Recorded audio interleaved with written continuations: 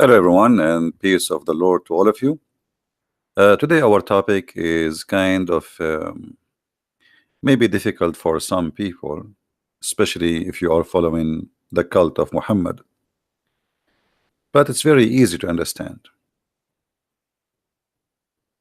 Every one of us have his own logic.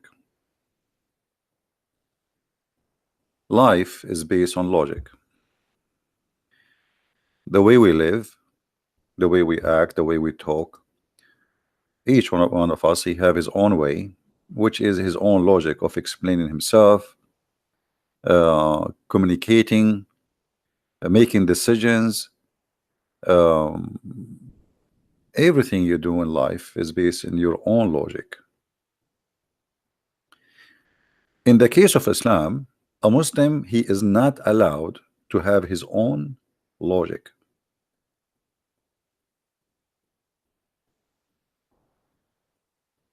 Which means reasoning is not allowed in Islam. The only reason you can follow is the reason of Muhammad. The only logic you can follow is the logic of Muhammad.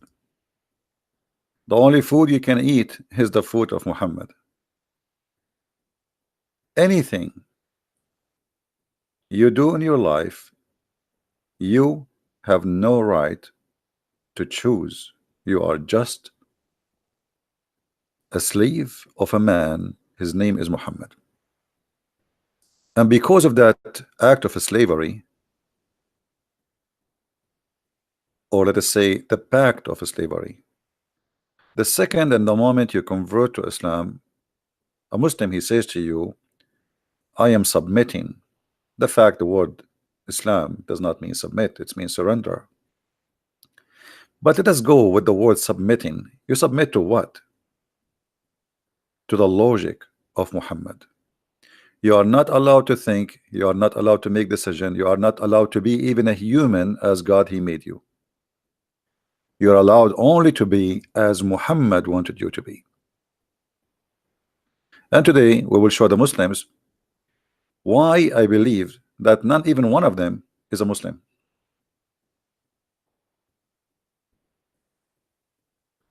And I challenge any Muslim to tell me you are wrong. In the front of us in the screen, we have a very authentic hadith. And it appears in many places. It is sahih, it is correct, and Muslim scholars, they use it in every article they make or any book they ever had. He who copy any people, he is one of them. What people are talking about? The kuffar.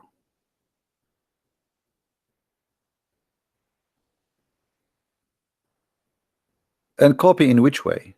Anything have to do your action, your life. As an example, if you dress like the Western, you are a Western. If you eat, if you sing, if you do, it's anything you do, as long you are copying some other groups, they are not Muslims, you are one of them. How many Muslims today, they are not copying other nations?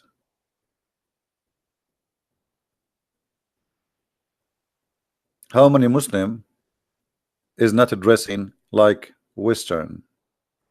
How many Muslima she is not buying the Western perfume and buying the Western lingerie? Actually, according to studies, number one customers in the world for Victoria's Secret is in Emirat and Saudi Arabia.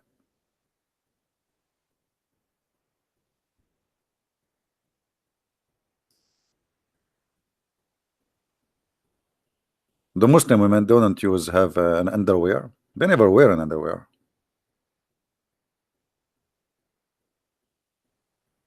So anything you do, you are copying someone else. He is not a Muslim. That make you one of those people. And that goes for everything. And we are talking just about city stuff. Like if you are a Muslim and you pay tax, that is horrible. That's mean you are one of them.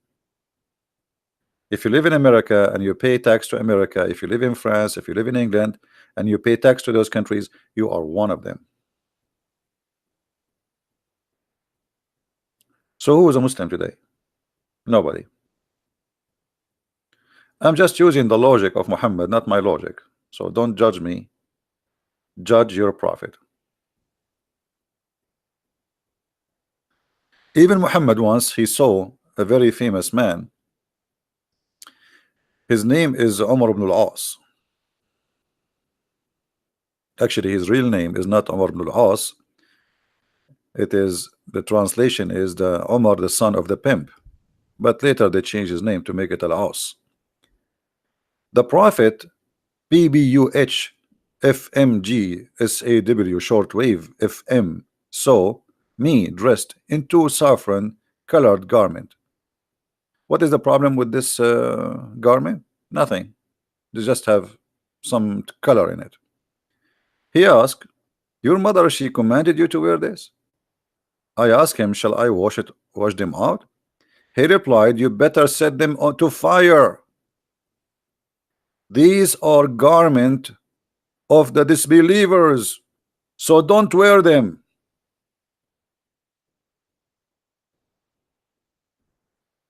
Do you see it? Do you see it, Muslims?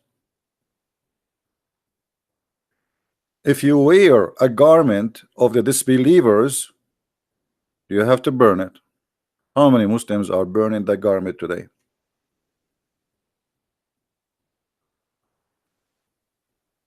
Did you see this Muslimah? She became a congresswoman. She is wearing the garment of the disbelievers.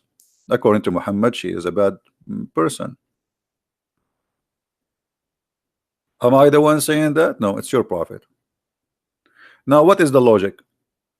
Any Muslim can tell me why this guy he have to burn just because there's a color in the garment. There's no drawing, there's nothing. What is the problem? Why he have to set it in fire, and why he cannot wear the garment of the disbelievers?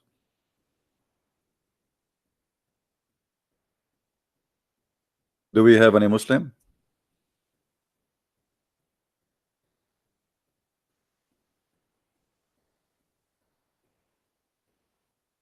By the way, we fixed the issue with the Skype. So if a Muslim wanna call me in Skype, he can call me, but you need to give me your name. I will add you and I will call you.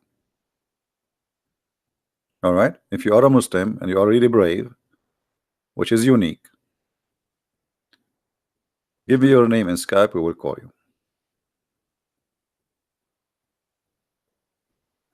Any Muslim? Here you notice the hypocrisy of every Muslim who live Islam and they claim that they are Muslims. Like this guy, what his name? Mimi Hijab. Mimi Hijab, he was wearing a suit when he was debating with David Wood. What is the other guy name? Samshi. What about the nurse of Mimi Hijab? Ali Dawa. All of them, they are not wearing Islamic clothes. According to the Prophet, they are bad people. They are not Muslims. They are actually one of them, which means they are one of the kuffar.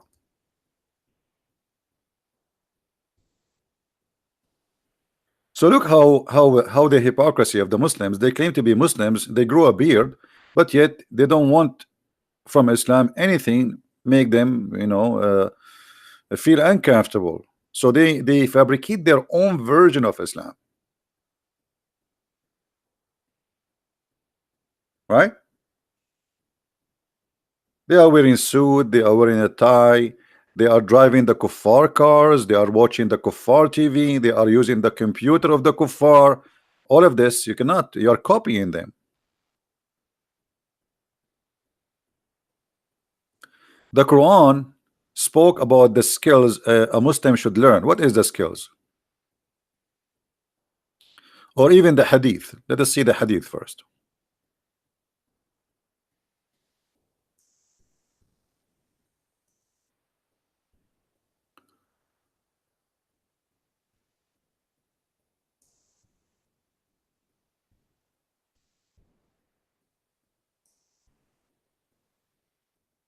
We cannot find the hadith in this website. Okay, let's see. Let's go to the Quran. There's a hadith where Muhammad, he says, teach your sons swimming and riding horses and shooting arrows. But we will show you that from the Quran, even though we could not find it from the hadith in translation. Let us see what the Quran says.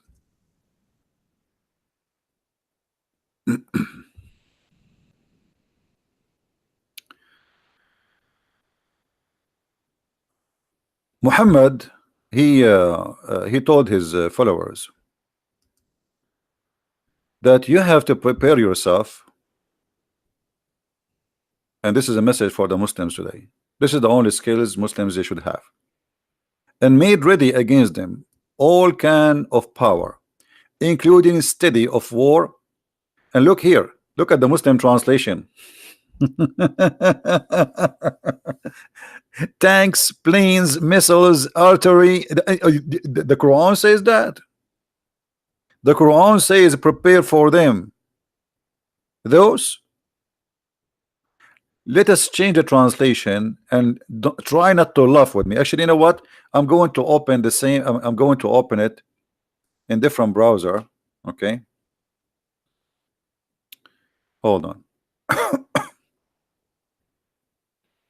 You know, Islamic translation is a comedy. Is a comedy by itself. Okay, I'm going to put the translation of two translation next to each other. I'm going to change the translation. This is Hilali Khan. Let us go to different translation.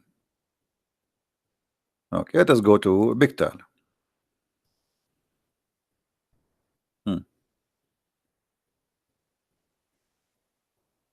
Look at this. Do you see what Allah he said? Horses. The horses in the other translation, it became tanks and missiles and cannons. Do you see what the horses is? Do you see about the miraculous change? Horses became tanks, missiles, planes. So the Muslims, even if they want to go in war, they should not follow anyone else. Like Muhammad didn't he say don't copy the kuffar? Well, that's mean you should not copy them in any way. You should not use their guns, you should not use their weapon, you should not use their missiles. All the weapons of the Muslims are bought from the kuffar.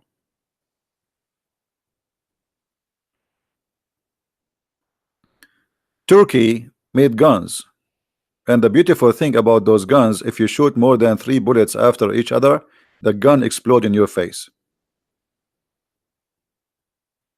Same as Egypt.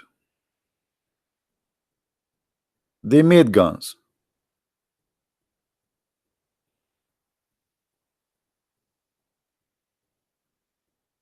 So a Muslim, he cannot copy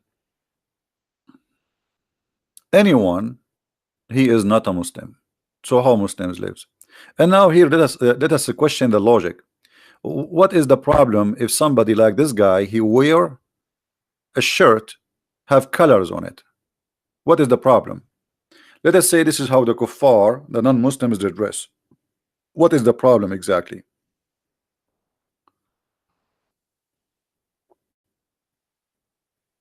Who is going to be upset? Allah, the angels, who? Why?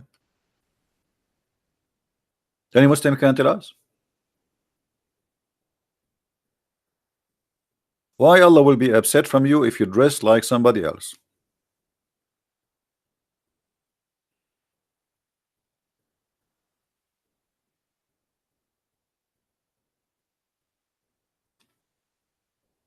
Any Muhammadan?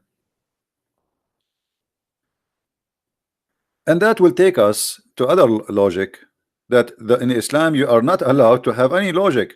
You see, if you go in the Quran chapter 5 verse 101, it says ask not no questions. Okay, the logic of not to ask questions, what is the logic?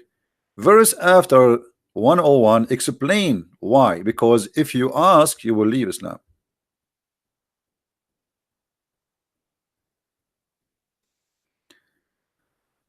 Have you ever heard of such a religion? What is the logic of saying ask no questions? Imagine I go to learn. I go to a prophet and he is my teacher, and I ask the teacher, can I ask you a question? The teacher says to me, in our school our logic is the following: ask no questions.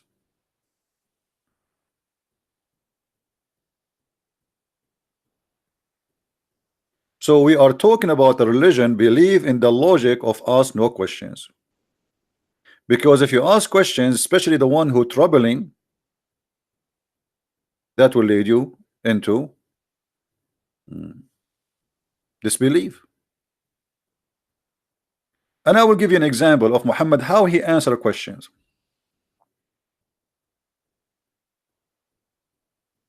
Let us see.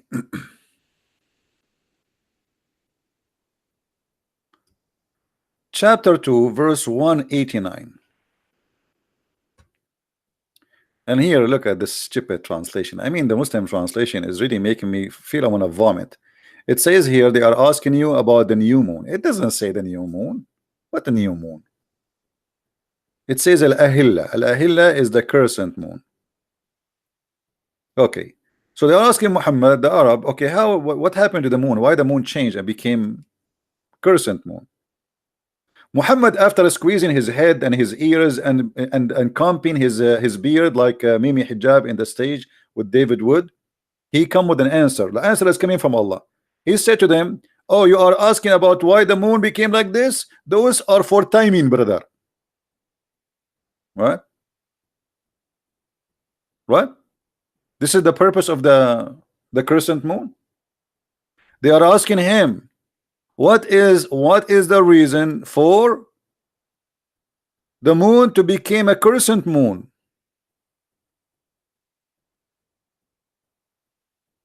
You say to them, because it is the way to know when you do Hajj.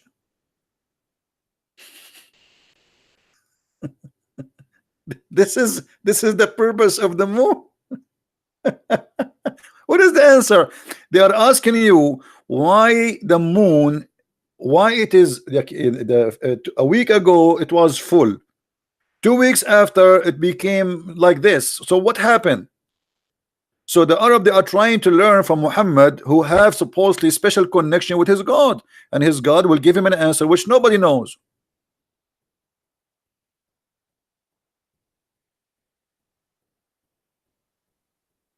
And the answer is this is for timing, brother.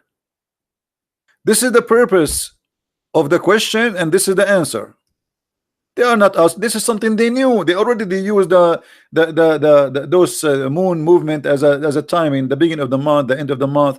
They already do that, and they are practicing Hajj before Islam. So they are asking you about the crescent moon. So what is the crescent moon? Why it is crescent? Here we notice always how Muhammad he go in a cycle of not to answer. The best answer is don't answer.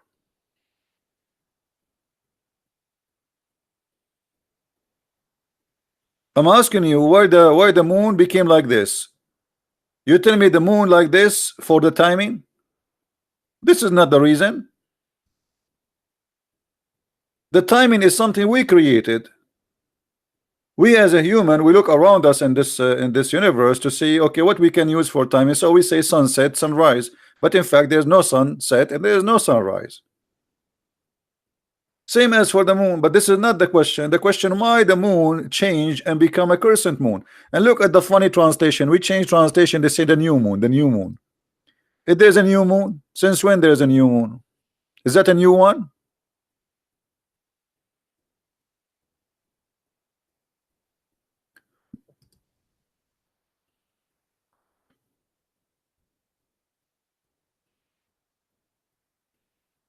No.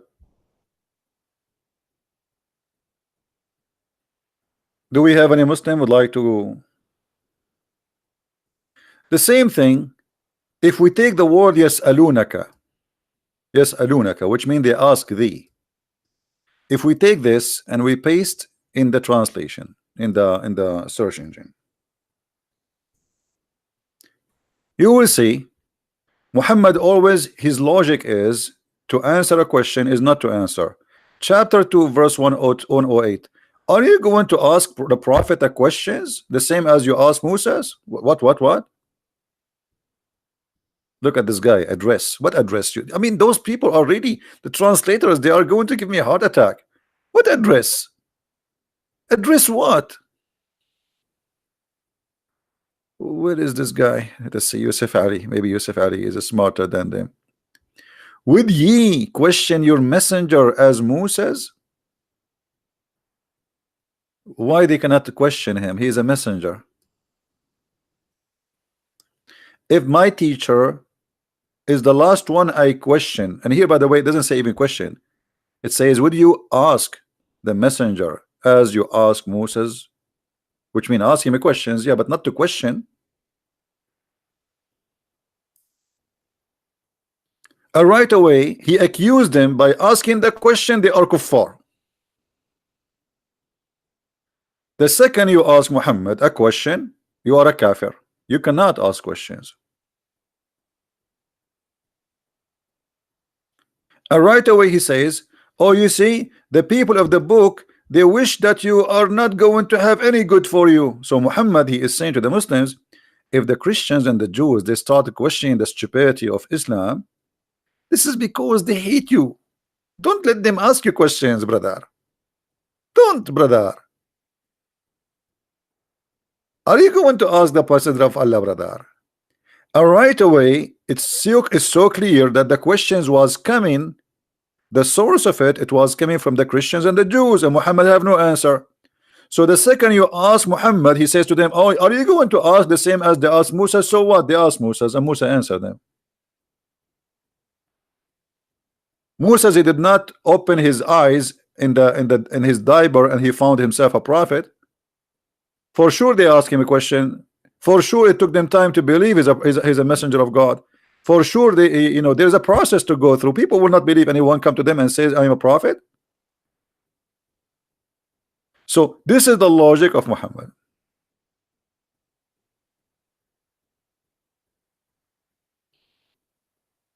And then the logic of Muhammad is the following. Don't you know that to Allah belong all the dominion? No, we do not know. Like, did we see that? The Quran is full of those phrases. Don't you see? Don't you see? No, we did not see. Don't you know? No, we do not know. I mean, how you know yourself?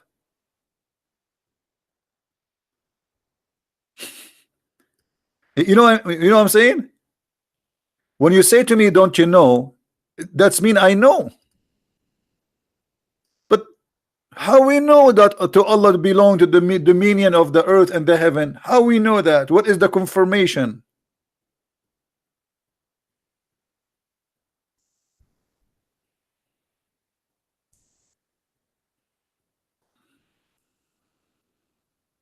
Huh?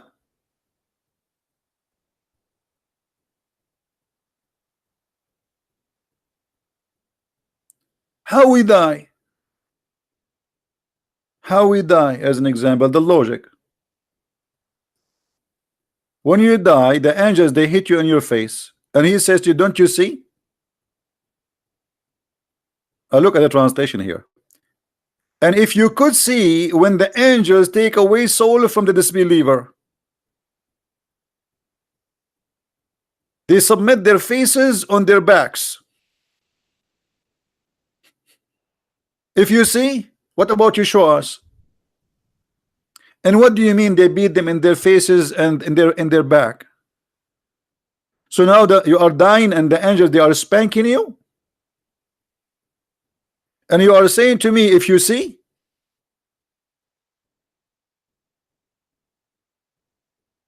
they are spanking your face, but you are a soul. They took your soul. They are spanking what? The soul? The soul have a face and have an ass? You are spanking what exactly?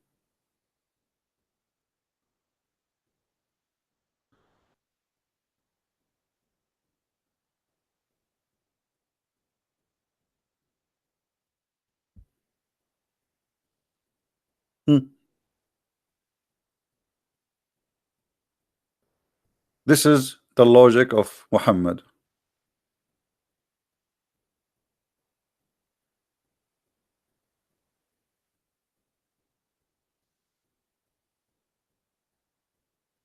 Do we have any Muslim want to say something?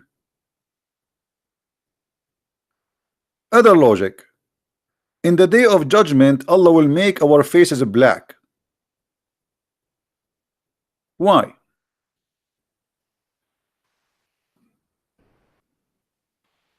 Why in the day of judgment, all of us, we don't believe in Allah, Allah will make us black?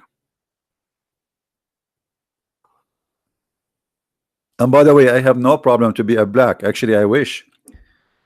At least I will find someone to marry me. Hmm?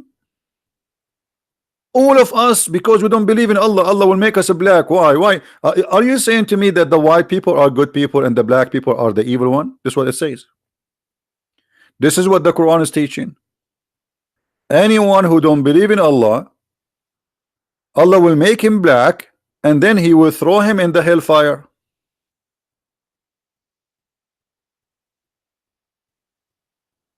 What is the logic? Anyone?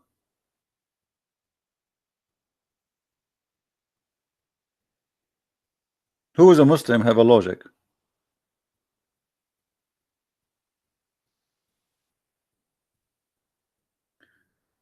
Let us see this comment from Muhammad. Muhammad is an ex-Muslim, as I know. I think he left Islam, right? From Muhammad, I saw your comment saying you left Islam because you watch my videos. I remember. Muhammad said, most Indonesian Muslims said you are a Dajjal. Dajjal mean like you know, like the false Messiah, the liar. They said Saudi future prince will make the end uh, of the world real for Muslims. So they think I am a Saudi prince. Oh, okay. Well, they can think whatever they want. Still, they cannot answer me. They can call me all the names they want, but they cannot answer me. Why, instead of saying he is Dajjal, well, get him busted, call him and show everybody that this guy is a liar. Everything I say, I show it in the screen. Guys, does it say in the Quran? Is this the Muslim website? Is it the Muslim translation? Who is the Dajjal? Who is the liar? Here we go. This is the Muslim translation. Hilali and Khan. I have nothing to do with it. I am not even showing my own translation. So who's the one when I answer us? Why Allah in the judgment day will make us all as a black because we don't believe in him? What's wrong with being black? What is the problem? I like to be Indian too, not only black. They have a very spicy, nice food. And Indian people, they are very nice people. What's the problem? What's the problem of Allah and color? If you remember, Muhammad, he said before in the hadith that Allah, he created according to him, which is shown as the racism of this cult, ugly racism.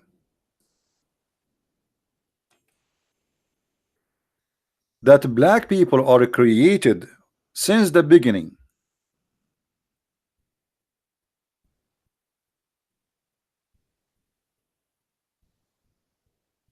to go to hellfire.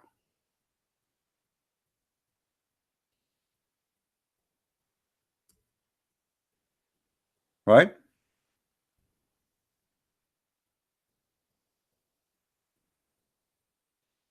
Do you remember the hadith where it says that Allah, he created Adam, and then he hit from his right shoulder, he hit his right shoulder, and he created the white people from his left shoulder,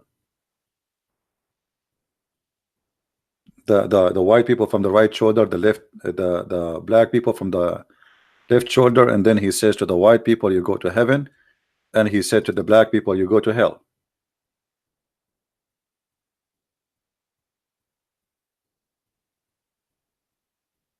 That is the logic of Muhammad.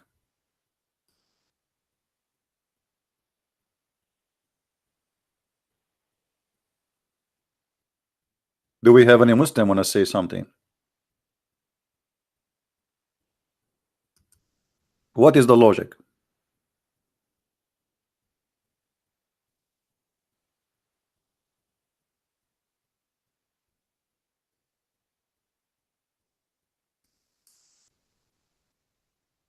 Any Muslim in the bushes would like to say something?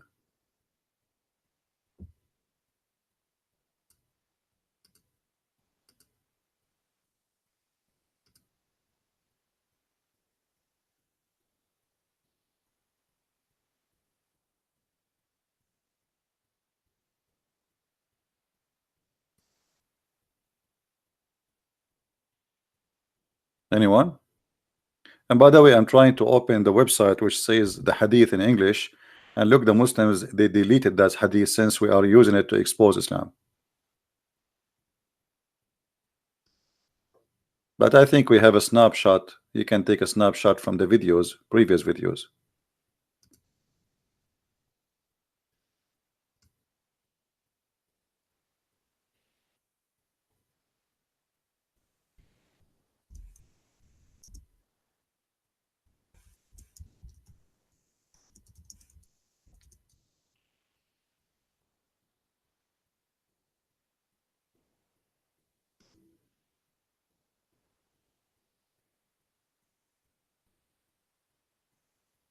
Anyone?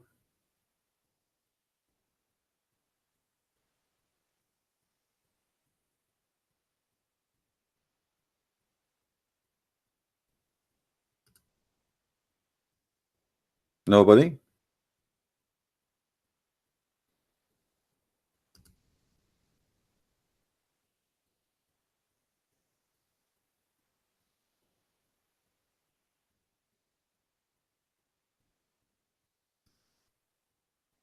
Who is a Muslim would like to give me a call? Who is a Muslim? He can give me his. We can call you in Skype, no problem.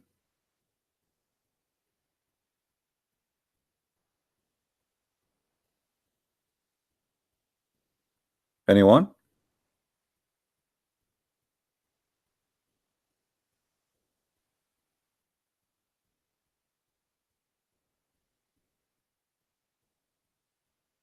The Muslims, they keep quoting for us supposedly a story where Muhammad, and they call it the last sermon. But the funny, the Muslim, they will not tell you where the last sermon is coming from. Is the last sermon is an authentic hadith? Is it even exist?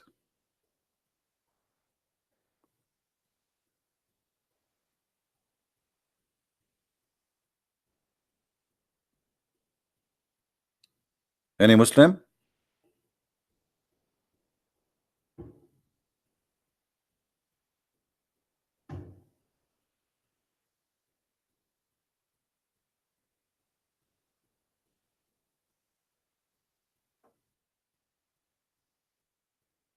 See, I'm giving them a chance to call us.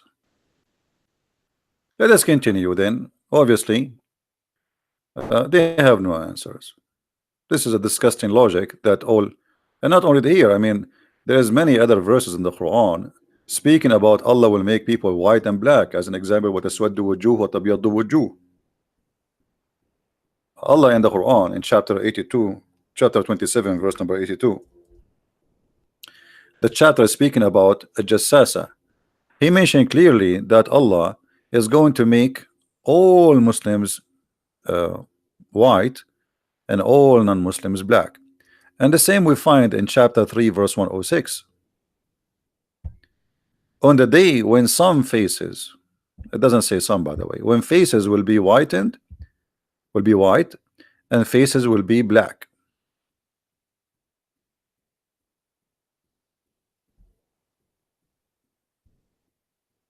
So this is repeated all over the Quran. And those who Allah He made their faces white, Allah will have the mercy on them.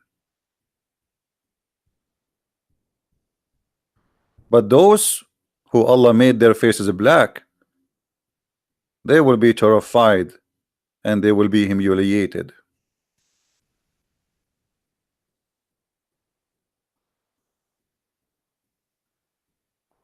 Any Muslim have something to say?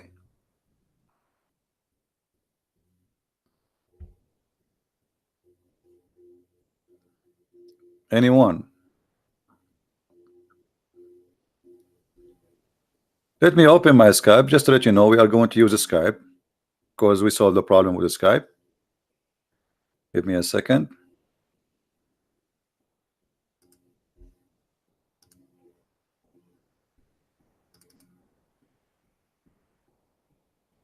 Let us see if there is any Muslim have the courage and the knowledge to call us and to answer.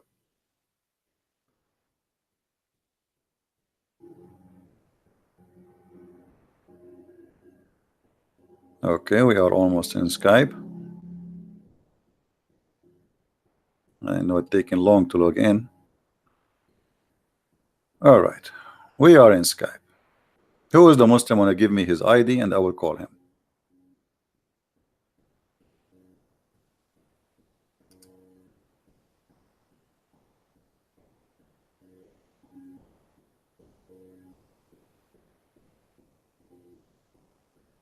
Anyone?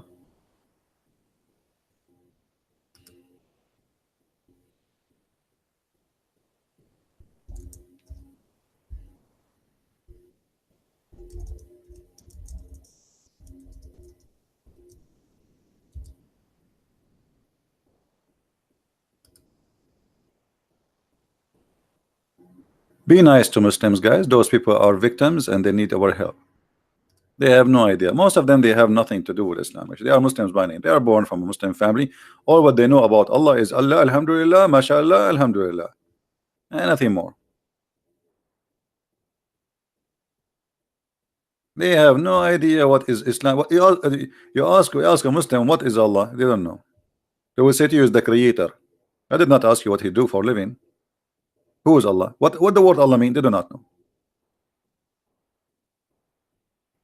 They pray to their God in a language they don't speak, and even those who speak Arabic, they don't understand the Quran. You know, when Muhammad in his time, he said to the Arab, not the Pakistani who have no idea what he's talking about.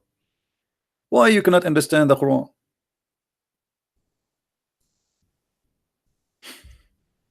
Question Muslims, why the Arab could not understand the Quran? And do you understand the Quran? Do you Muslims today understand the Quran?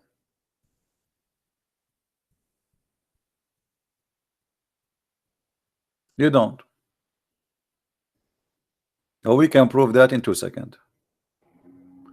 Not a single one of you here understand what this book is about. Another logic in the Quran, which I find that the only logic can be accepted is this verse. If this book is not from supposedly not from Allah, the God they worship, the Arab, it, you know, you will find a lot of contradictions in it. That is the only logic can be acceptable. But this logic does not stand for itself.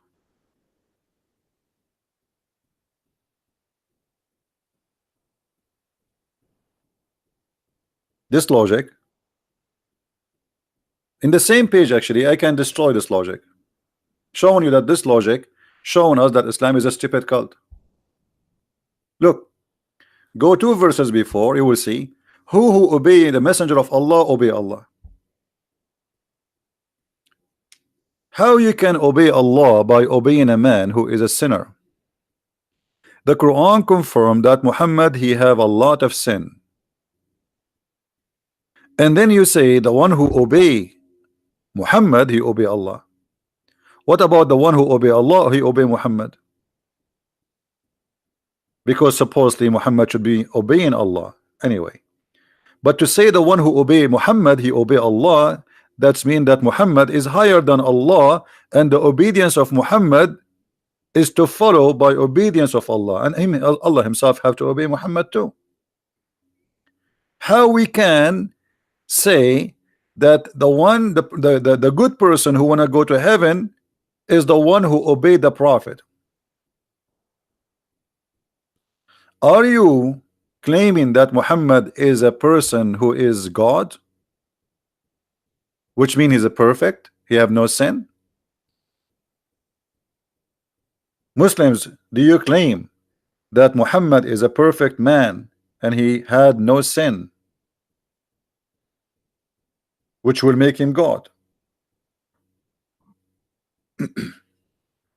Is Muhammad is a son of Adam and he's a sinner like us, or he is God?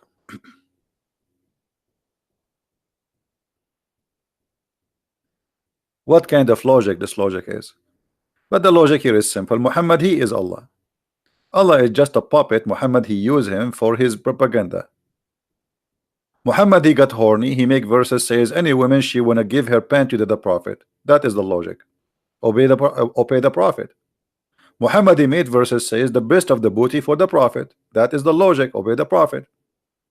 Muhammad, he says the fifth from every attack go to the pocket of the prophet. That is the logic. Right?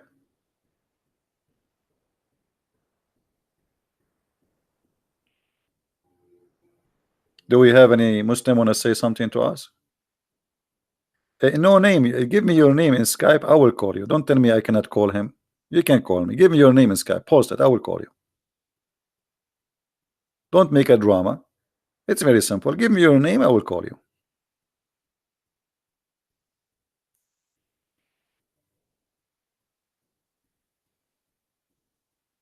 A Muslim will speak about calling me for the coming 10 hours, but he will never call. Just give me your name and I will call you.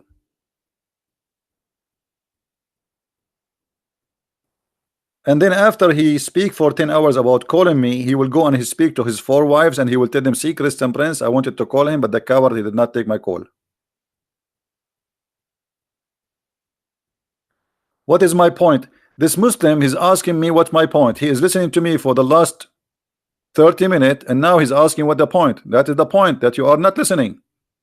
Because if you are listening, you will not asking what's the point. I just made my point. How you it says to you, obey Muhammad. Muhammad himself is a sinner. You should not obey Muhammad. You should obey what Allah says to Muhammad, not Muhammad. The verse is so clear. The one who obey Muhammad, he obey Allah. What about we say the one who obey Allah is the one who will be saved? If Muhammad doing the will of Allah anyway, why we have to put the name of the prophet, the name of a man before the name of a God? Obedience of the man before the obedience of God? And then you will ask me again, oh, what's your point? Isn't it the Quran says that Muhammad is a big time sinner? Did he or he did not?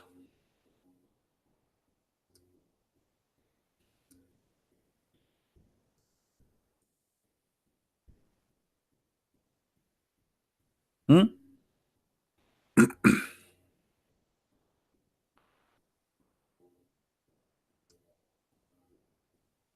Any Muslim? The Quran says Muhammad is a big time sinner.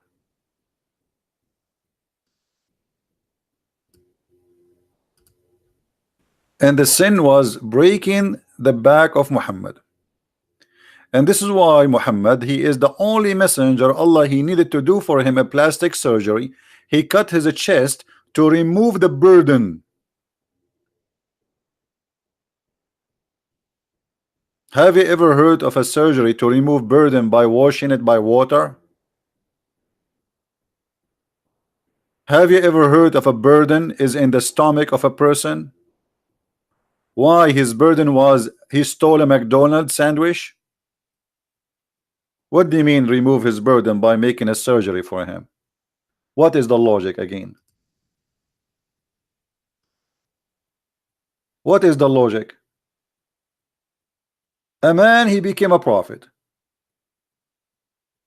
And now we need to remove his burden. So what we do, we send an angel. And the angel, he bring with him a big knife. And he opened wide the chest of the prophet from his throat all down to his belly. And he take off all the material inside his stomach and his chest. and he wash it with the water of Zamzam. What is the logic? Who wanna tell me?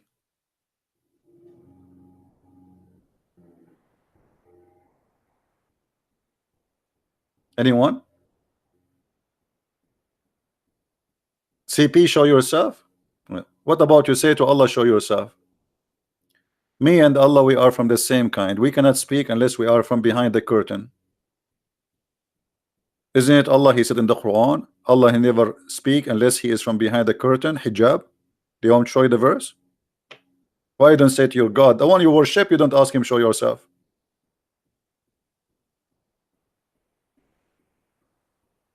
Any Muslim have an answer? What is the logic to send an angel, his name is Jibreel, with two assistants? They carry the Prophet, they open his chest all the way down to his testicles, and they take all the things inside and they wash it in the water of Zamzam, and then they put it back. What is the logic?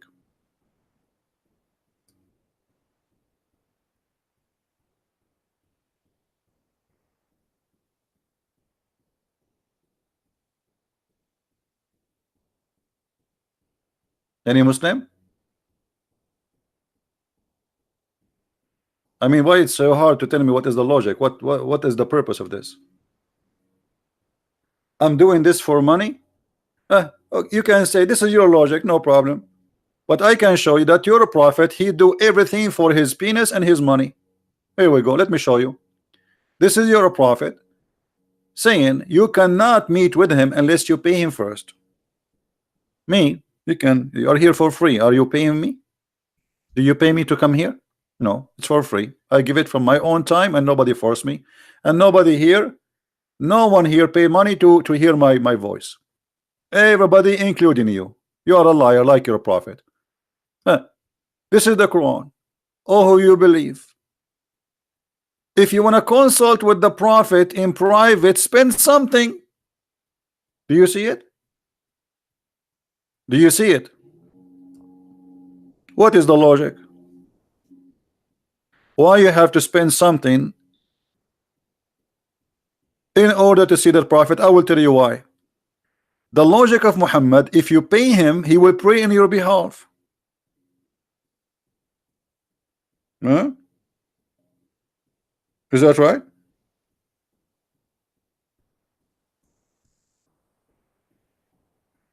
Have you ever heard of a prophet, if you pay him, he will pray in your behalf? Chapter 58, verse number 12. Guys, have you ever heard a Christian prince saying, if you give me money, I will pray in your behalf and you will be forgiven?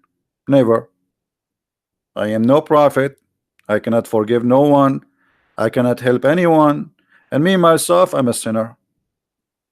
You're a prophet claim. If you pay him, he will pray in your behalf.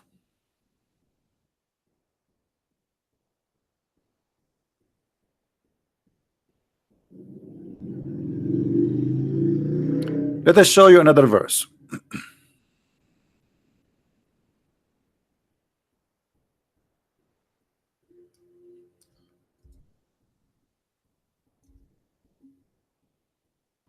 Muhammad, he need a mortgage. He need your money. If you give Muhammad the mortgage, what he need, Allah will forgive your sin. Read carefully. If you lend Allah a goodly loan, he will double it for you, and he will forgive you. And Allah is almost appreciated of your reward and forbearing. What is that? What is that? This is God? Are you there? This is God? Since when you can bribe God? If you give him a mortgage, he will forgive you. Okay, how much Allah? How much you want? You forgive me? Okay, how much you want?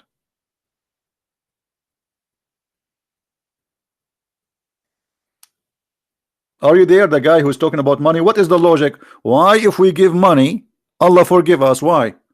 Tell me how. What is the logic? So if somebody is a filthy rich, he gave Muhammad some money, he's forgiven. That's it.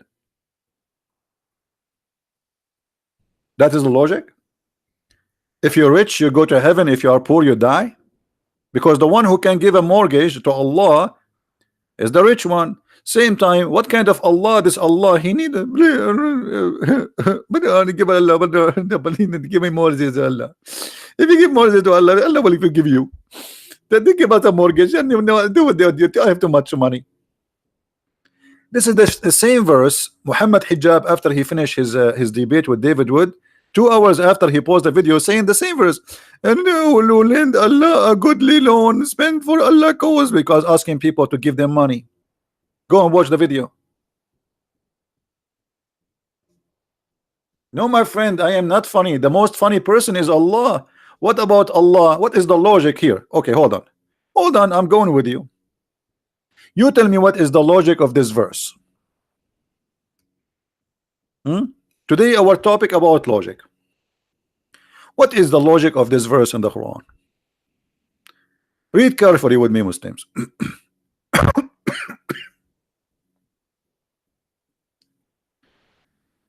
There is no restriction in the blind, no restriction in anyone the lame, no restriction on the sick, nor on yourself if you eat in your houses.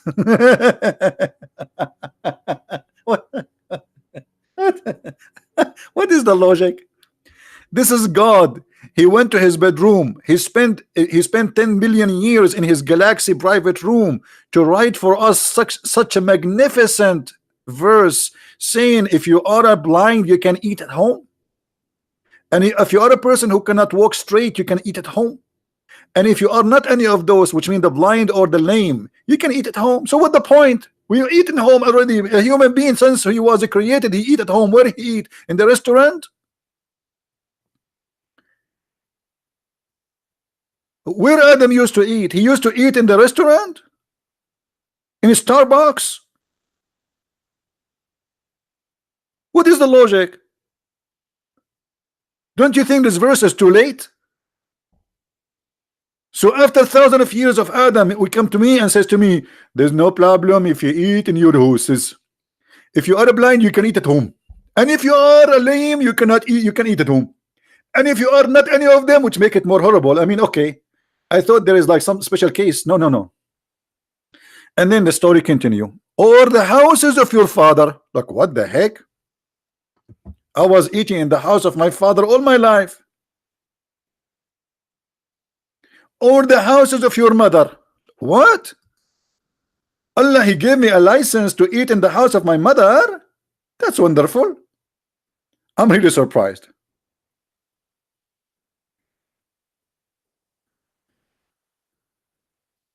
Can you tell me what the logic? And then he continued, the houses of your brothers, the houses of your sister, the houses of your father, brother, the houses of your father, sister, the houses of your mother, brothers, the houses of your brothers. That's God's talking.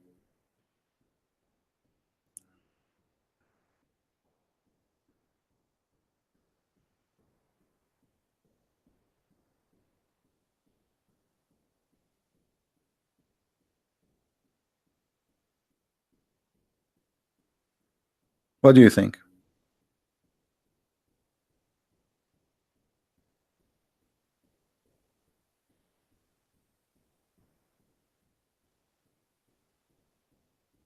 Anyone?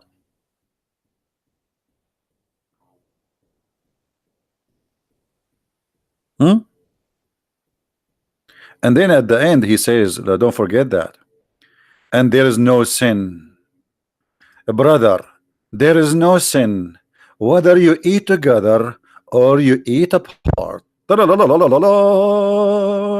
Discovery Channel. Now finally we discover that there is no sin if we eat alone or we eat apart.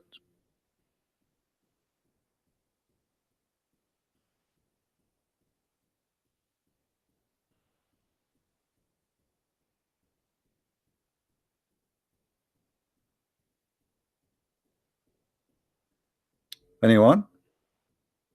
What is this? What is the logic from this verse? What is the logic if I believe in Allah will give me a lot of women for sex? What is the logic? Well, what is that? And those women, they are virgin. Each time I sleep with them, they turn virgin again. What is the logic? I mean, isn't it this is cheating? I just slept with her. So what the point of closing that skin down in her private part? What is the logic? Is that going to make me feel that she is a virgin again? She is not. I just slept with her. What is the logic? Stupid. What is the logic that your God Allah will make your private part endless? You live in New York and your private part in the Amazon jungles, and those crazy fish, they will bite your penis. What is the logic? Why I need to have an endless private part? Like, what about if it is like 6 foot? Not fine. Well, okay, okay, 1 mile. What is the logic of this cult? There's no logic. It's a stupid cult. Everything there is stupid.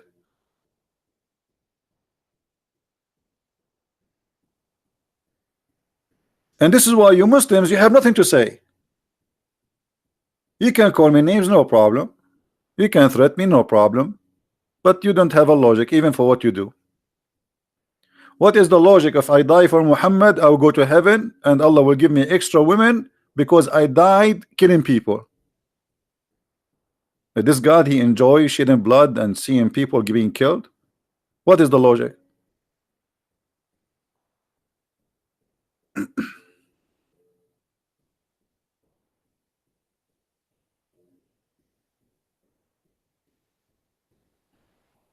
Anyone?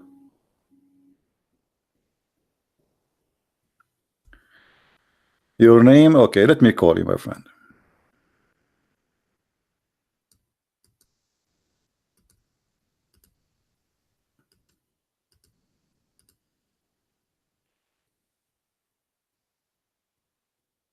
You're a Muslim and you call yourself Robert? What kind of a Muslim you are?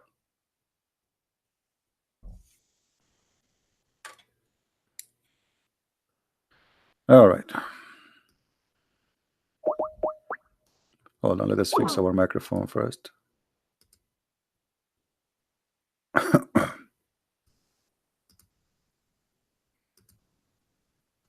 All right, Mr. Mickey Mouse. I just called you, you aren't answering. Why not? You hang up.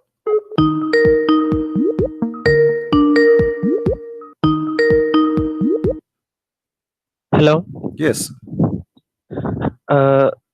So I'm not a Muslim in the first place. So why you want me to call you then? I just have a bit confusion about the Quran and the beliefs of it.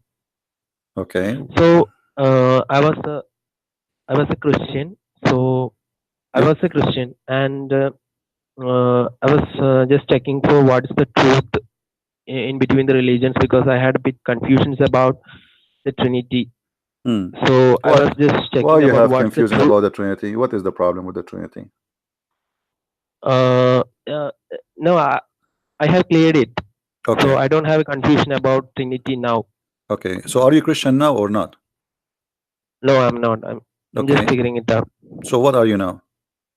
So can I ask you a doubt? So before you tell me what you want to ask me, what are you now? What is your religion? I'm just right in between Islam and Christianity. I'm just trying to figure out the complete truth so I can go back. Okay, so what do you want? Oh, go ahead. So the thing is, if someone from the Islamic community came to me and asked, you have, so the basic arguments they gave every time is Trinity is not a god, it is 3 gods, and or it is God died. How did God die? They are the basic arguments they always make. So my question is, they say to you how God died? No. How did God die? How can God die? Okay, but this is the same logic will prove Islam to be a false cult, because if Jesus will not be God, for he did not die, for he died, in Islam Jesus did not die until now he's alive. That means Jesus in Islam should be God. Yes. So if if someone came to me and asked me, is Trinity God? How can I prove? How can I prove to them that Okay, but are Trinity is you not three gods, but it did is I one answer God? you about the first one about what how God died? Did I answer you? They say Yes, how Jesus yes, died I have. and he is Uh, God. Okay, well, according to yes, this, if the logic is that if the death of Jesus will not make him God, he cannot be qualified for being God. That means Jesus cannot be a human too, like anyone, because until now he's alive and he is living in yes, heaven in yes, Islam. I have. Okay, Uh, so this is a I stupid have argument. watched This is a your. stupid I have argument. watched your previous Hmm. debate, so I know that Okay. you have Secondly, no, no, clearly said this. So my let doubt us about answer it is no, cleared. let us answer this one first because we are not done. Secondly, Yes, if God, if God, the Muslim they speak about him, yes, he cannot die. They are talking about what God who die. We don't believe that God he die, or what we believe that the flesh of Jesus die as a human being. Otherwise, God never die. So yes, even us as a human, we have a spirit, we have a soul, and we have a body. Is that correct?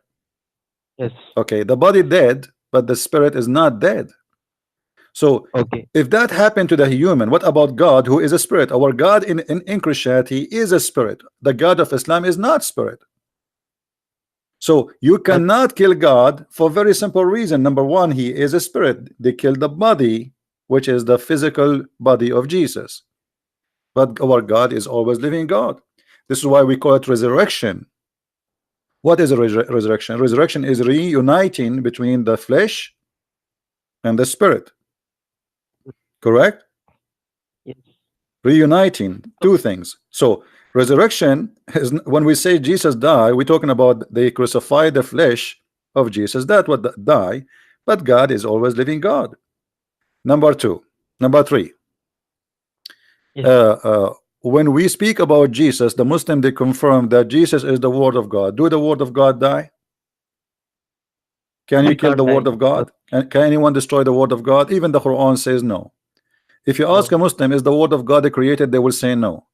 If Jesus in the Quran confirming that Jesus is the Word of God, and this is exactly what is written in the book of John, chapter 1, verse number 1. In the beginning it was the Word, and the Word was with God, and the Word was the God. So Yes. the Messiah is the Word of God, and he is the Spirit of God, and he is a messenger of God according to the Quran. Three in one. How the Muslim they say that we are against the Trinity. In the same verse it says there's no Trinity, but the Quran give us different form of a Trinity. It says Jesus is a word, Jesus is a man, and Jesus is a spirit proceeding from Allah. So Jesus is a three in one in the same time. So how Okay. one cannot be three, yet Jesus is a three and one in the same time?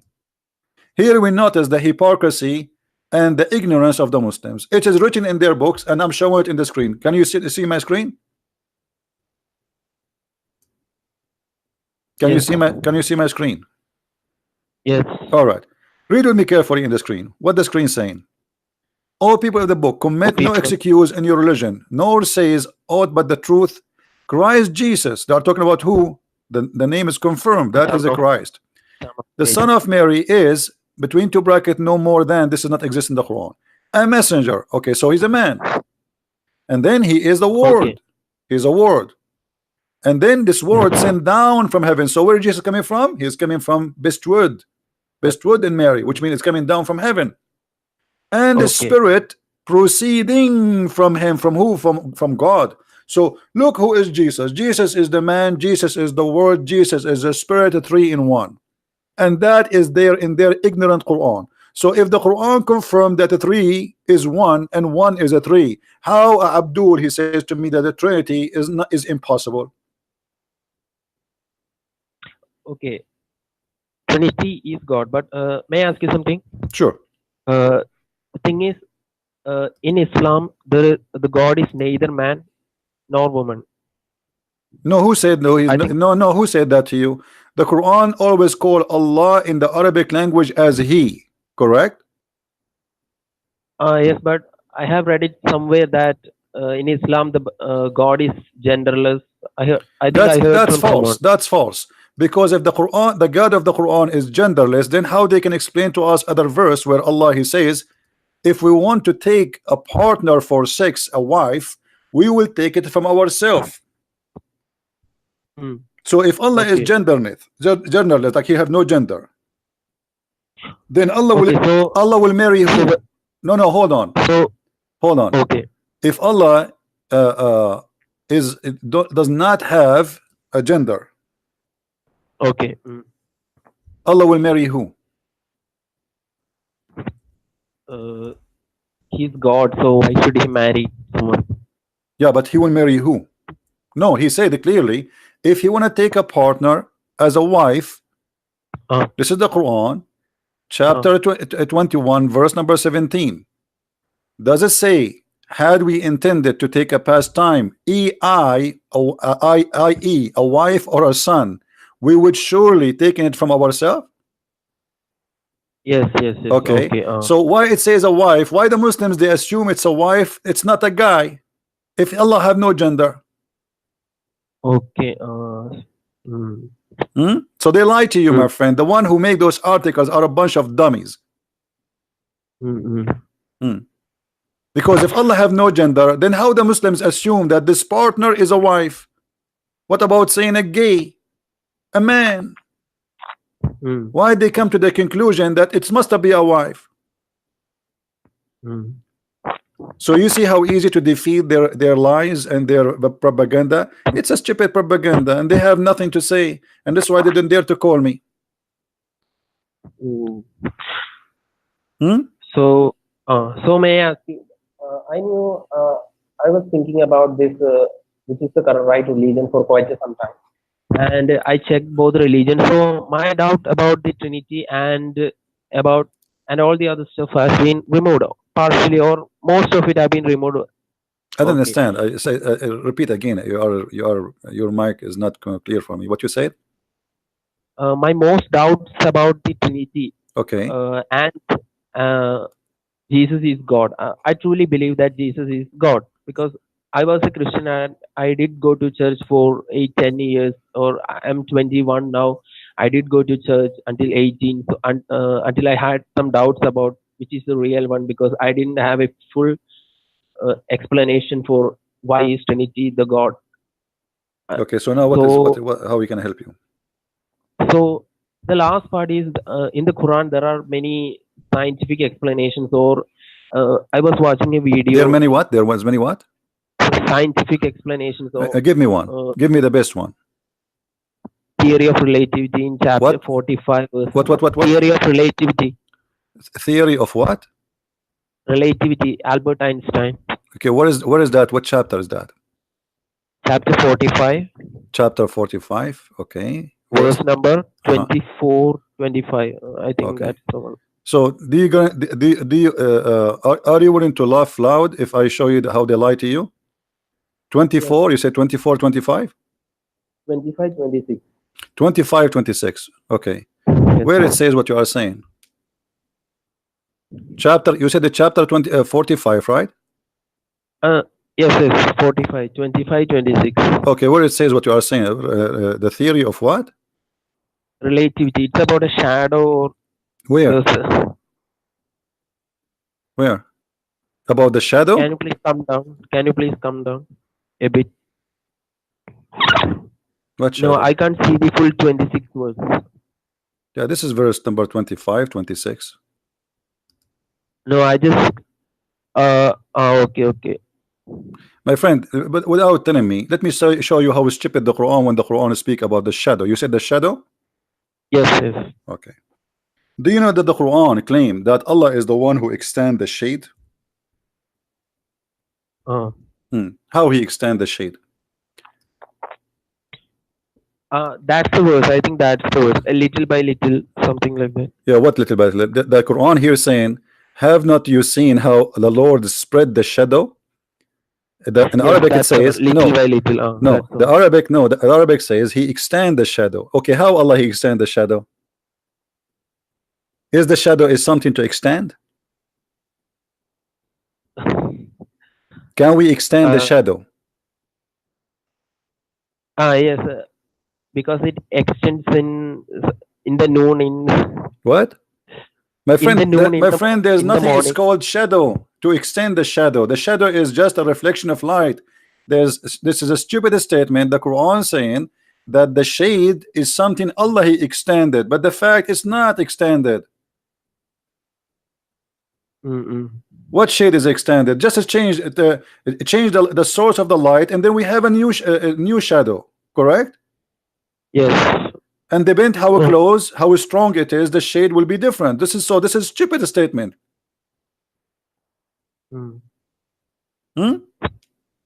As long you are talking about this, do you know where the sun goes every day? In the muddy pool, something. Okay, so Muddy pool. how you say to me the Quran have science and the Quran says that the sun set in the murky water? No, I don't believe in that because So what do you no, mean don't believe? No, no, no, no. Hold on. You believe in this, but you yes, don't believe in that. The Quran is one book. no, I don't think that's the truth uh, because the muddy pool thing is completely false. I just want to know if this is right because this is one of the most. None of their claim is right and it's false. You can read my books. I have two books, not only exposing the lies about miracles in the Quran, they're Mm, giving you a lot more beyond the Muslim ability even to know about the religion. So all of these things is a lie. And here we go. I will give you another opportunity. Give me different lie they give it to you about science. Choose anything. what should I choose? Choose any lie they gave you about the science. Something you think is convincing for you. This is the one because they sometimes say that in the Quran it says the sperm of a man comes from the midrib. I think that's completely false and That that's a what? false statement No, no. from the Give Quran. me something is convincing for you. Don't tell me that something is not convincing for you. Something you No, this think maybe it is possible to be right, to be true. uh, this one was convincing. The previous one I just gave you, it was convincing I for mean, me. come on, my friend. You said you are 21 years old. You are smart. I mean, this is stupid Yes. to say that Allah He extend the shade. This is stupid. Allah did not extend the shade. This is stupid. This is extremely stupid Okay. because the shade Mm, is not something exist to extend. How we can extend something is not exist? mm, mm. So You see, sometimes I can say I extend the length of something, but not the shade because the shade is not something to extend. Does not exist, mm, mm. right? Okay, If you have a okay. Mm. flashlight, at night, you can make Yes, your finger look like it is 100 foot tall, correct? yes. Okay, but does that mean I extended your finger? Oh, That's stupid, you know. So what else? no, nothing, nothing else. Are you sure? Choose anything you Yes. want just to show you how stupid what they claim about science. Their science is nothing but a fabrication. Uh, I think I heard a lot of debates from Zakir Naik because of Zakir Naik. Zakir Naik is an idiot. He did not know anything about his religion. Yes, he talked a lot about evolution, but I don't think that's Evolution. convincing for me because Okay, as long as Zakir Naik he spoke about evolution, like what? Do you remember anything he said? no, I don't think he's convincing. He was convincing about evolution because I studied a lot about evolution in class 12, and it doesn't seem to No, correlate. actually, the Quran teach about evolution, but in the wrong direction. As an example, the Quran Okay. claimed that Allah He made the Jews because they broke the Sabbath, pigs and monkeys. Mm-mm. So Quran teach that Allah He transformed human into animals. Those who believe in the evolution, the atheists, the way they believe in it, they believe in the opposite. That we as a human, we are coming from ancestors who used to be something else, correct? So Okay. here, you read in the Quran, chapter 2, it says that those Jews, because they did transgressed in the matter of the Sabbath, Allah, He cursed them and He made them monkeys and pigs. Mm. Hmm. And now, ask yourself here about this logic. Allah, He will make the Jews, or He made the Jews already pigs and monkeys for breaking the Sabbath. Isn't it Allah stupid for not making somebody here rape a woman a pig or a monkey? I mean, which one is more harmful? Somebody doing fishing in Saturday. The story here is about a bunch of Jews that did fishing in Saturday. So who more deserve a harmful punishment? Someone he raped a child, or someone did fishing in Saturday? What do you think? In the Christian perspective, it is No, somebody. I'm not talking about Muhammad, Christian because of- perspective. Forget about Christians, Jews, Hindus. I'm a human being. You are as a human being.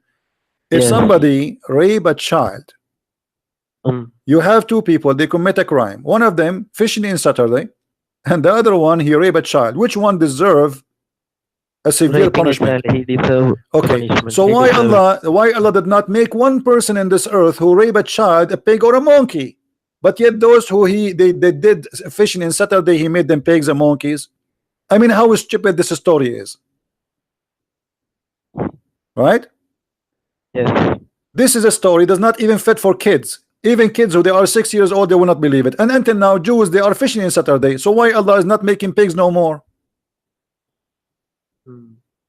The Jews now, they have even festivals in Haifa in Israel for gays and lesbian, and they do it in Saturday. Where is Allah? So for fishing in Saturday, Allah made those all the Jews who exist in this island, he made them pigs and monkeys just because they broke the Sabbath and they fish in Saturday because they are hungry. No. It's a stupid religion. Yes. Do you agree? Yes, because Okay. it should be punished. So may I ask you, there are many scientists who praise Quran of it because they say it's intelligent. I saw many YouTube videos regarding it. So why do they say that? Quran is what? It's a masterpiece. They're scientists, they're physicists, they're chemists, and they My call friend, it all a of this masterpiece. is fabrication. All of this is fabrication. Nothing there is truthful. Nothing there is truthful. You know, like I saw once a conference, they invite somebody, his name is Dr. Moore something, and they told him the Quran says that Allah, he made the egg like a leech, but the Quran never spoke about the egg and never spoke about leech, the insect. The Quran claimed that the sperm transform into a congealed blood. So they lie in the translation in that conference, and they make this guy, I don't know if he is honest or not, but they gave him a translation which is far away from the translation, and he said this is fit with science. But the fact the Quran never said that, and we can open the verse right now, and you will see that the Quran is a stupid book.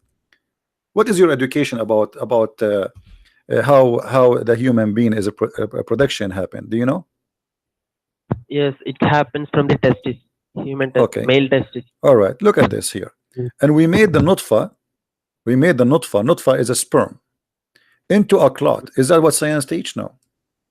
So that in that conference, the one I saw in the video, they gave him a false translation. They did not say to him the nutfa became a clot, which is a congealed blood.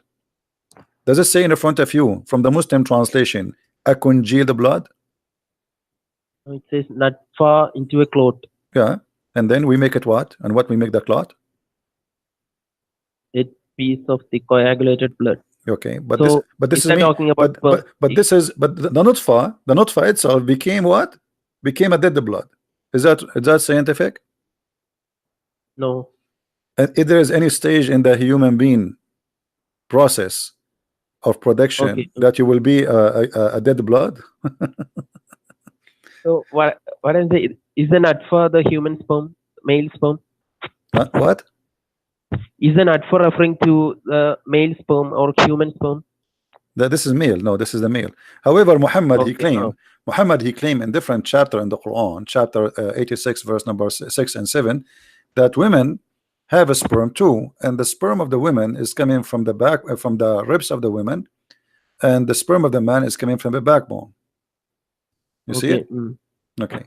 Is that scientific, or this is stupid? No. Muhammad in the hadith, he said that if a man have orgasm first, the baby will be a boy, and the woman have orgasm first, the baby will be a girl. Is that scientific?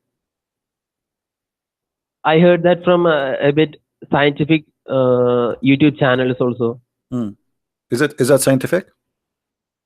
I have never heard about it, but I heard someone say about it because No, my they friend, say my friend, it's true. the gender of the baby have nothing to do, and the look of the baby and the existence of the baby have nothing to do with the women having orgasm at all. Because the women, she have orgasm or she don't have orgasm, she can still deliver a child if she have sex.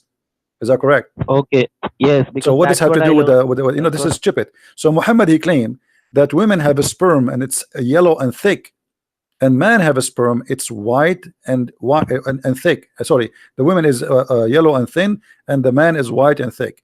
And this is absolutely false, because women, they don't have a sperm, Mm-mm. and it doesn't matter who Okay, have that. orgasm first. The gender is about the sperm, the semen. When one semen goes, that semen is going to make the decision. The semen itself will make decision what the baby will be. According to Muhammad, the last thing will be decided by Allah is the gender. And Muhammad, he claimed that a human being, the sperm of a human being, stay inside the woman for 40 or 50 days. Do you see the screen? Yes, I see. Okay, is that scientific or this is stupid? No, it says the man's water is thickened. I don't see the verse you just said. Okay, now what do you see? Do you see No, I it don't now? see. Okay. Means for 40 or 50 days or 40 nights. Is that Uh, correct or this is a lie? it's a lie because Hmm. it's 9 months or 10 months. 9 months. One lie will make me what? Will make me a liar. Do you agree? Yes. Okay, Muhammad is a liar. Yes, because I mean, in many. how many lies until now I showed you? Isn't it enough to prove that Muhammad is a liar?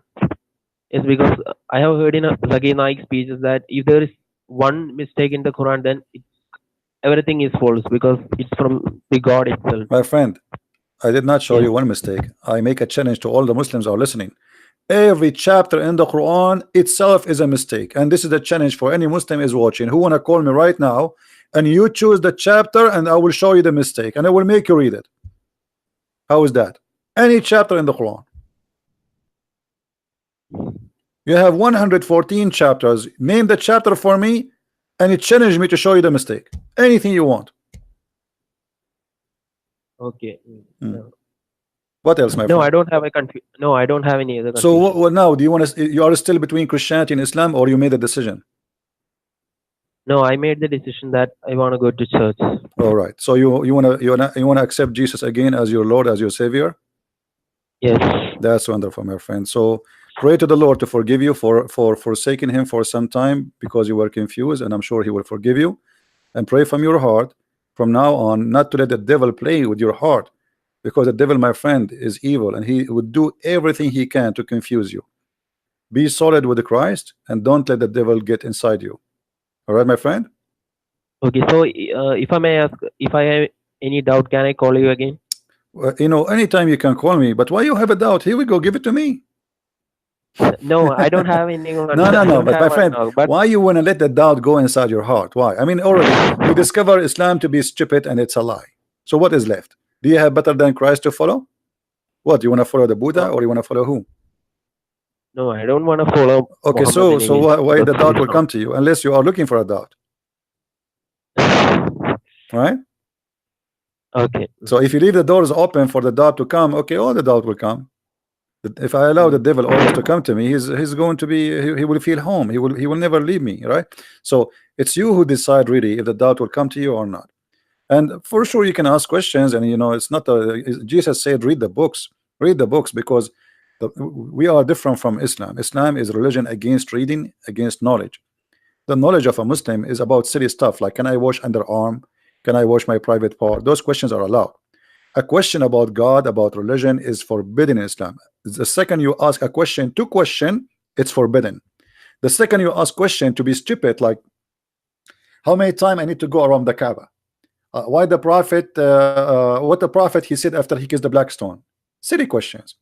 So there's a question to copy paste and to follow blindly, and there's a question to learn. In Christianity, question to learn is what is important, not a question of stupidity. Like, who care how Jesus washed his hands? You will never see in the Bible seeing, you know, silly stuff like Muhammad. What they describe how Muhammad he washed his penis. I mean, why I need to know that? How the Prophet wife, she put a dish between her legs and her private part was dripping a yellow blood. Why I need to know that? So Islam is a savage cult. It's a collection of a savagery, and there's you know, you can tell the quality from the quality of the talk, the quality of this cult. You see, you know them from their fruits. From their fruits, you know them. How you know a person? This is what Jesus said. From their fruits you shall know them, not from their names. So Muhammad, he claimed great names for him to the point he called himself Muhammad, which in the praised one.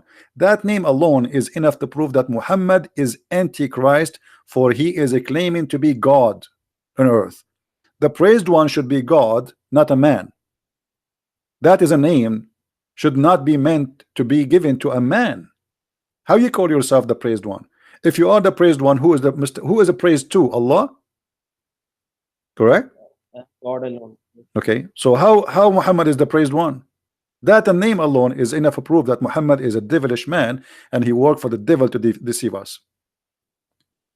I heard in your previous videos that it says praise for Allah and the Prophet.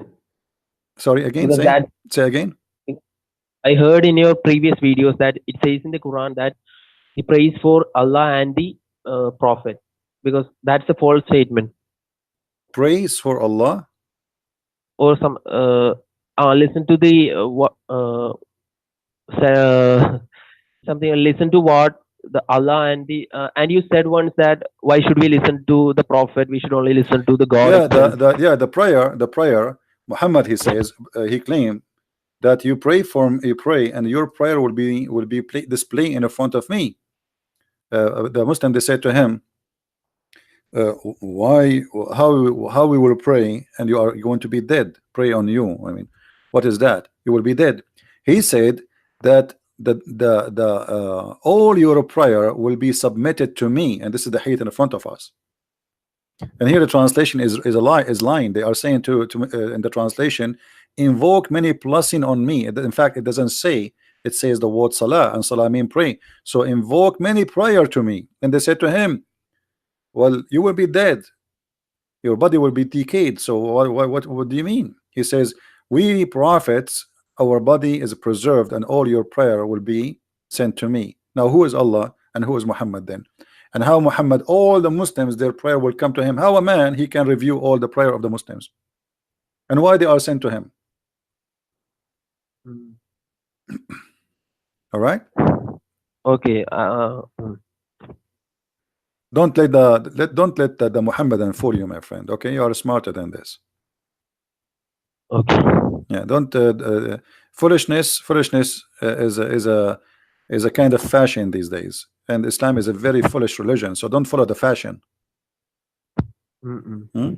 It's a fashion to be foolish these days. They say to you, be open-minded. Open-minded mean be foolish. So is leaving Islam is a crime? Because in Islam, leaving Islam is a crime, but they always say that no, you can leave it if you don't like it. So what's the truth of it? No, Muhammad, he says, man baddala dinahu faqtulu. The one who changed his religion, kill him. They lie.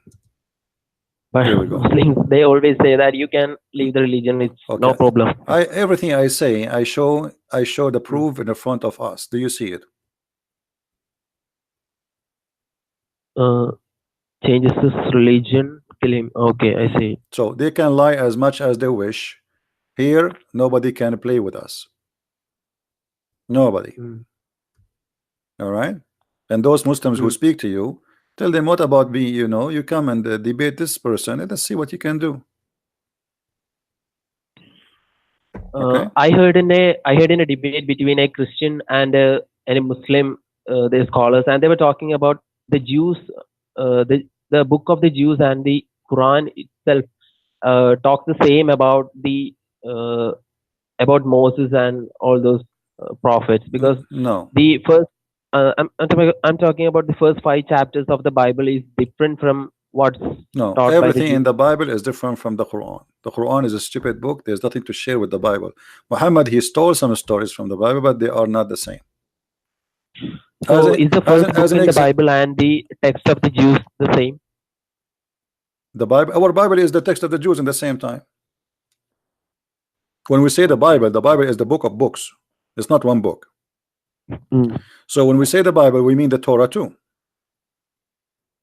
yes. Okay, The first five books so of the the book of Bible. the Jews, you see, because Muhammad is a liar, he did not accept the book of the Jews before him. But for us, we accept every word in the book of the Jews, which is the Mm-mm. Torah. For sure, there's other books which is not really, even it's not holy for them, you know. So we accept the books and we call it the Bible. The Bible is a collection of books. Mm-mm. Okay, thanks. All right. Anything else? No. All right, my friend. Thank you very much for calling. Take care. Happy for you that you regain your faith again and you became and you accept to Christ to be your Lord. All right. Stay firm.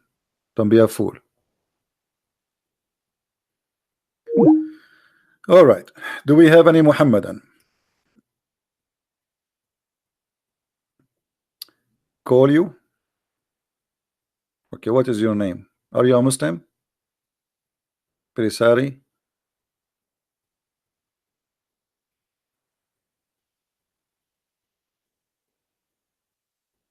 Who is a Muslim would like to call us? You are agnostic? What does that mean? Agnostic for me is someone he is not sure about his gender. Like he is male, he's female, he's male, he's female, he's male, he's female. He have a mirror in the front of him. He look at the back, he is female. He look in the front, he is a male. Then he look at the back, he is a female. Well, stay who you are. I don't care. Now, do we have a Muslim when I talk to us or not? You are a Muslim? Okay, give me your Skype. I will contact you. Ibrahim Ansari, give me your Skype, guys. How I'm going to call you? Okay, can I call you? Can I? If you are a Muslim, you are welcome. Just give me your Skype. I will call you.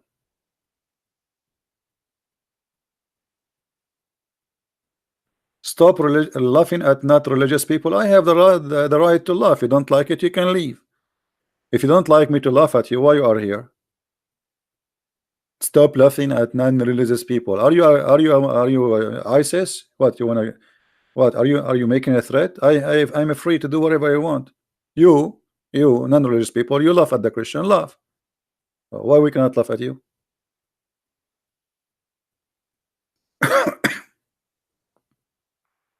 This guy he keeps saying to me, call me. I'm a Muslim, but he don't give me a Skype ID.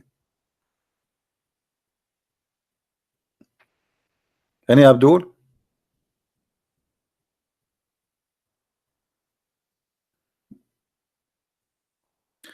Where I start reading the Bible? Well, the most important is the New Testament. The Old Testament is about the previous history of the Jews. So first you finish the New Testament, and then to learn more about the history of the Jews and the prophets who came before Jesus, that that will take you to the Old Testament. But for sure, the first you learn is the New Testament. Mr. Fadi, he's saying you are laughing at you are making fun of the people who have a weak brain from the foreigners. What about your prophet? Let us see your prophet if he is making fun of the brain. Your prophet, he says this. You are talking about the one who make fun of the brains of people, brainwash people. Okay. Do you agree with your prophet, Fadi? That your God, he will give you a penis will never go soft or limp? Do you agree with this, Fadi? Do you agree that Allah will import hookers from hell? This is why they are in hell, who have nice breast and nice vagina. Do you agree with that? You are accusing me that I am make and brainwash people, foreign people, right? Okay, what is this? Why did I promise them a penis will never sleep? Explain to me, what is that?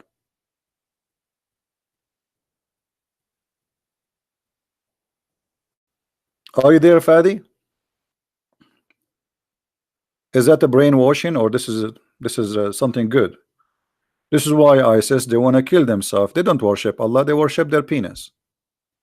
All of them, they want to get this penis.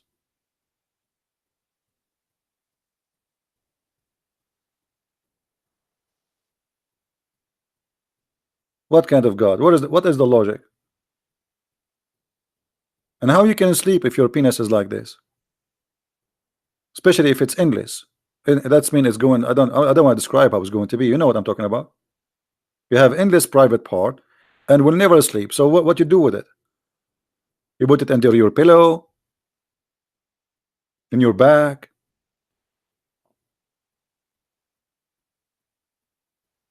Hello?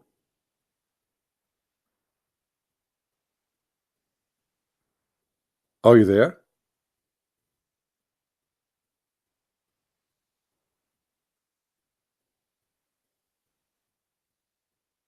Look what Fadi, guys. Look what Fadi said. Hold on. Let me show you the comment. I wish Fadi he will comment in English, not in Arabic, so he can laugh with me. But it's okay. We will translate.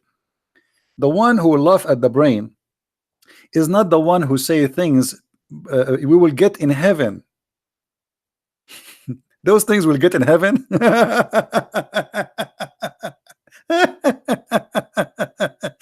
My friend, those things you can get in Las Vegas. what heaven? You go and buy some Viagra, and then not only you will not sleep, they will take you to the hospital and you will die. What do you mean this is in heaven? This is the question. What kind of heaven this heaven is? So this is heaven? We go to heaven, we don't smell air, we smell sperm. We say to Afadi, Assalamu alaikum, Afadi, he answered, why?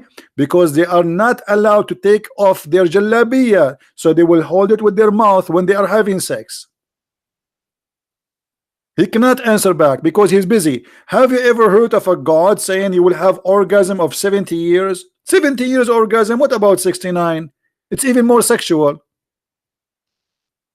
70 years orgasm, Mr. Fadi, and you are telling me this what we have in heaven? What kind of heaven this heaven is? So I visit you first year, your mom should knock at your door. Fadi, Fadi is busy, he's having orgasm. His mother, she come next year. Fadi, Fadi, he cannot answer because he's having orgasm. His mom, she come the third year. She knock harder. Fadi, Fadi cannot answer. She came 10 years after, 20 years after, 30 years after, 40 years after, and the poor woman, she became old now. Fadi, the mother, she is dying now, and still Fadi have an orgasm. When your mom, she can see you. If your orgasm is 70 years, when your mom, she can visit you and have some coffee with you, my friend. Are you there, Fadi?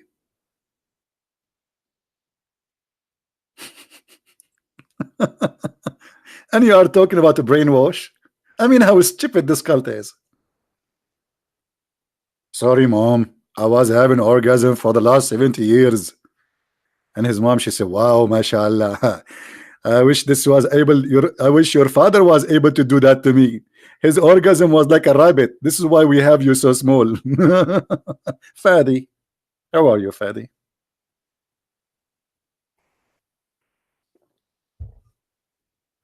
This is a religion? What is left for Mickey Mouse? And by the way, do you know, the guys, that Mickey Mouse is wanted in Islam? Do you know that the Muslims, they have a fatwa, which means a holy jihad on Mickey Mouse. They made a fatwa that Mickey Mouse must die.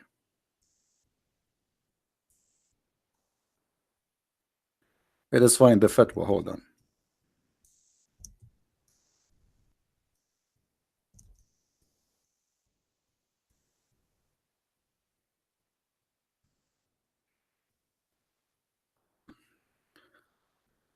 I mean, I am really convinced that Islam must be a great religion. Look at this.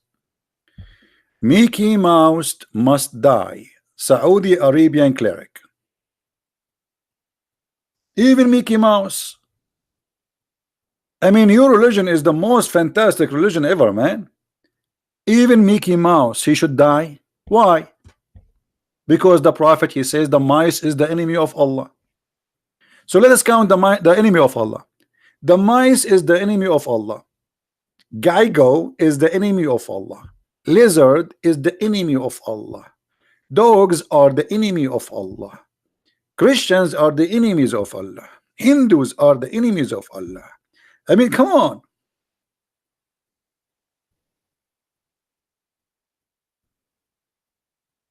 Hello, Mickey Mouse. And by the way, for those who they are asking, Mickey Mouse saying hello, and he's next to me, and he's okay, okay, but he's hiding because of the Muslims.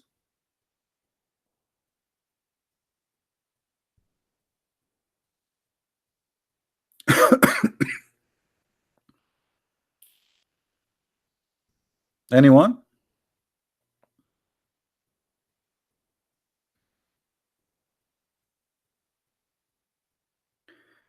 ممكن سؤال. My friend, why you don't give your question in English? You are in an English forum, and you guys, the Arab guys, you are giving me your questions in Arabic. So we want people to see your questions. Don't you know how to write it in English? So what the point if you don't speak English? You are here. Why you are here?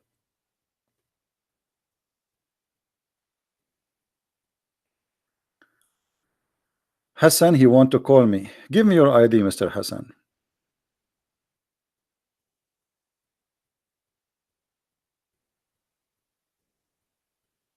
He sent me invitation. Okay, hold on.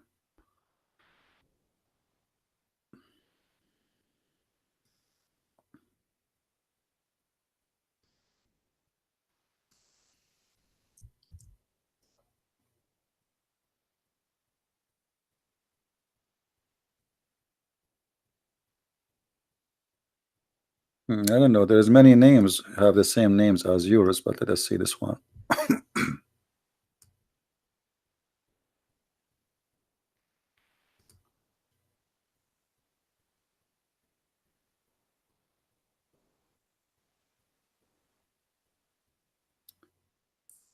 Are you the one end with R or the one end with Ali?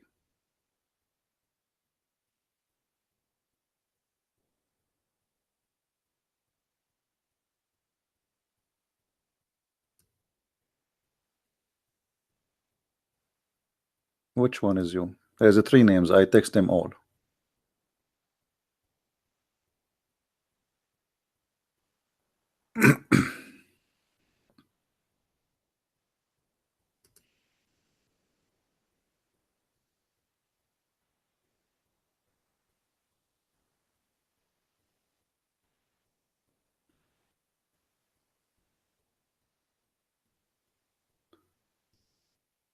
So Hassan, did you get my text or no? Well, I text. There's three names. Hassan Karbala. I texted the three of them, but I received no answer.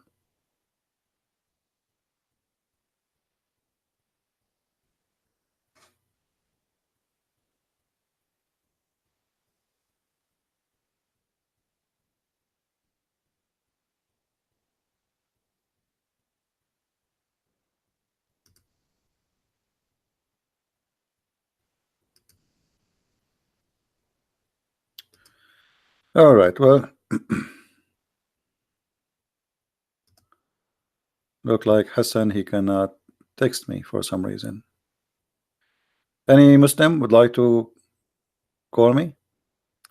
Guys, I searched for Hassan Karbala. I searched. There's three names. I text them all. And there's one of them. He's online actually. He's not answering.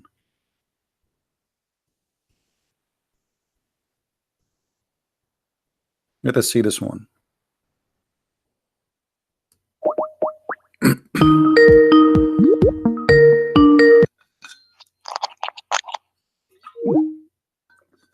Here we go. Hassan, he answered and he hang up. Hello. Hello. Good evening. Good evening, my friend.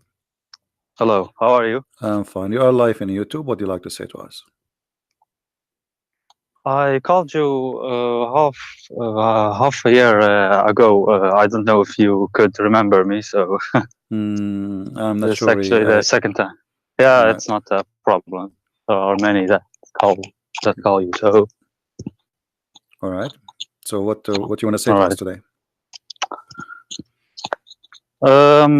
Did you leave Islam when you called me last time?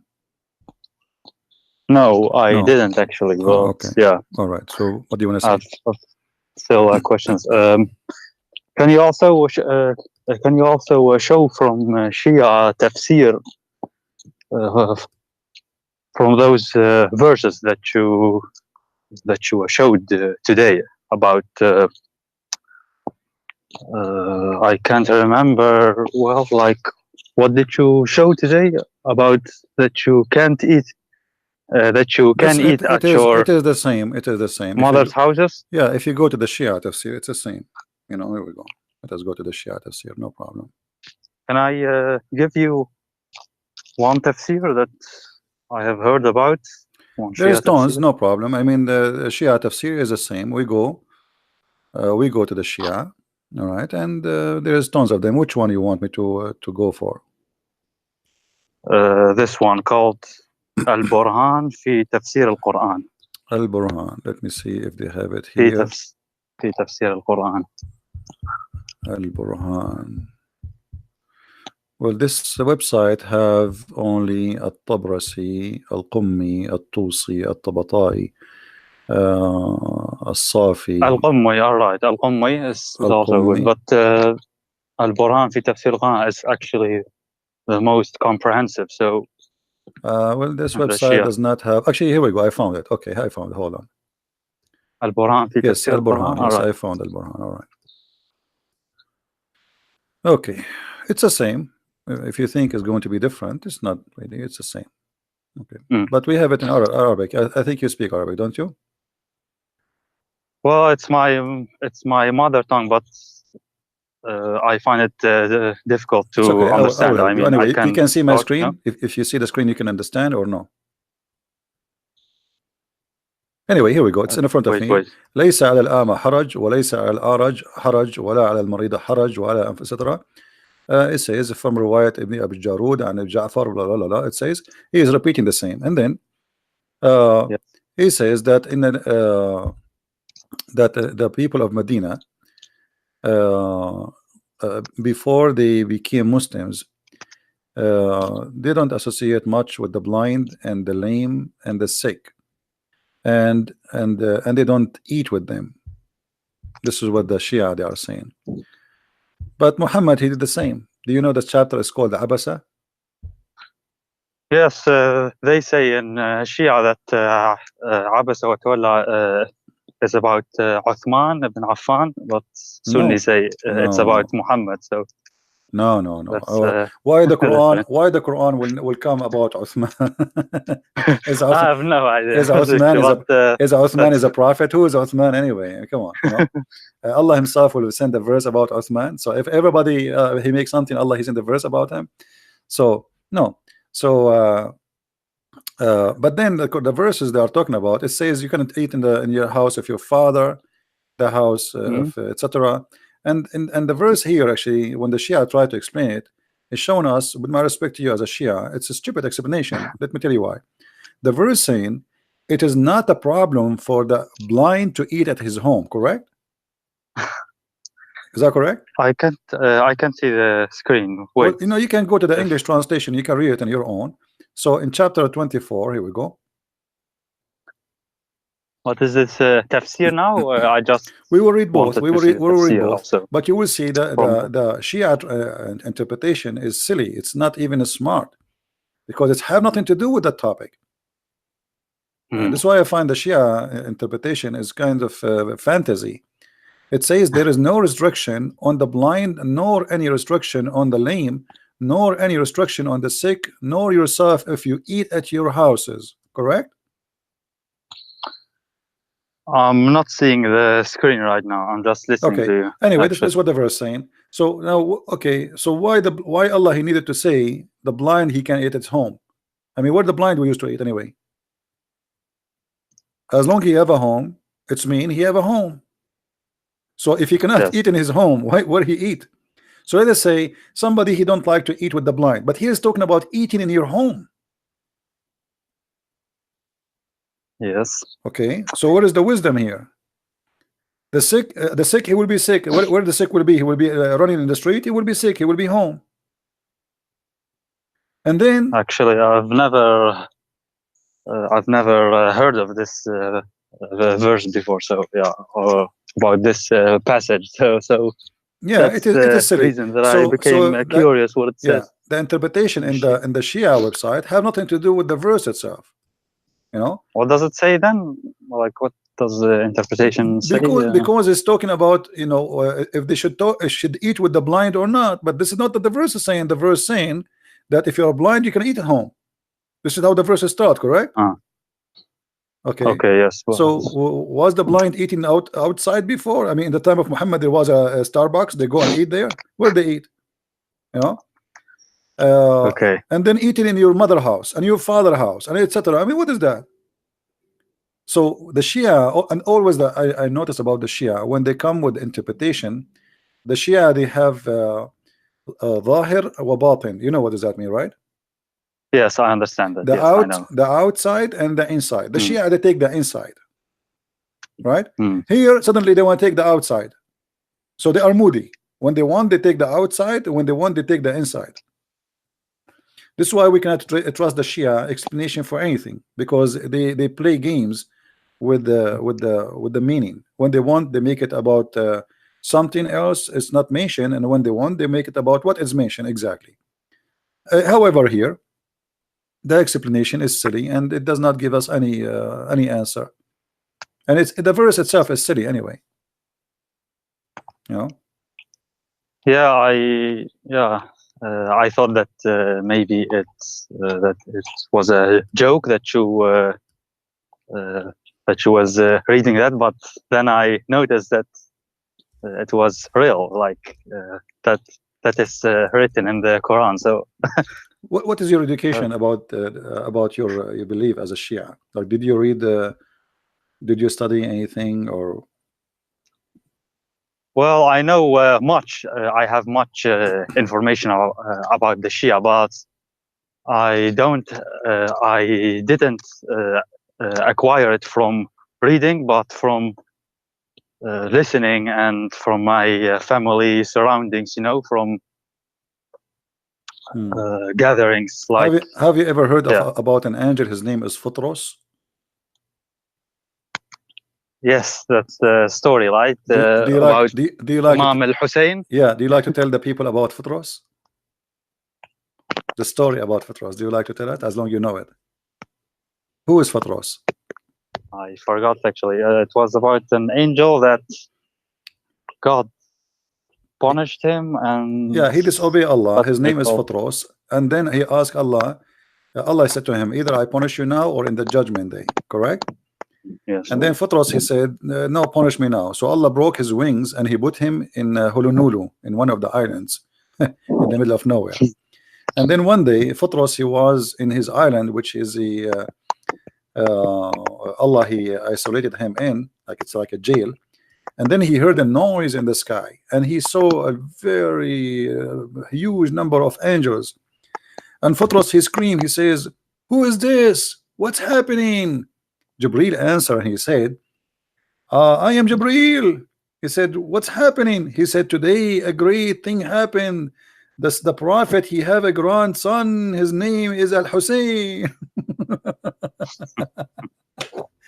And then Futros, he said to Jibril, can you ask Allah, please burden, so I can go and visit the grandson of the prophet and I can wave my wings over him.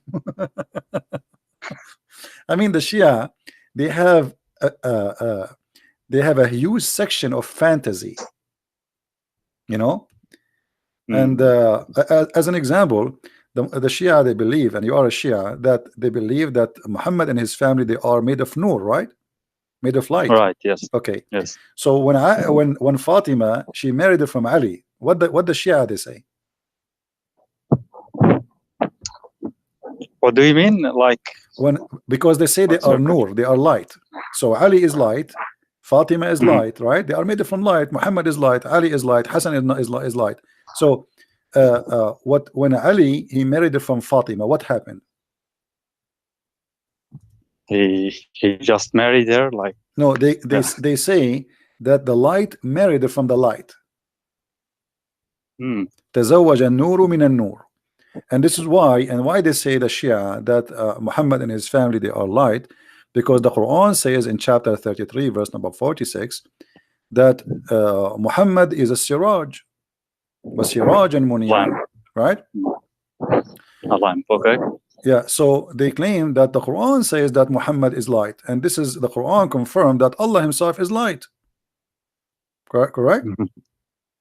So okay, but Muhammad, and here we notice a second ago I told you that the Shia, the funny about them, when they want they take the inside meaning, when they want they take the outside meaning, correct? Here they took the outside meaning. They say, here we go, Muhammad is described in the Quran as a lamp spreading light, and Allah is light.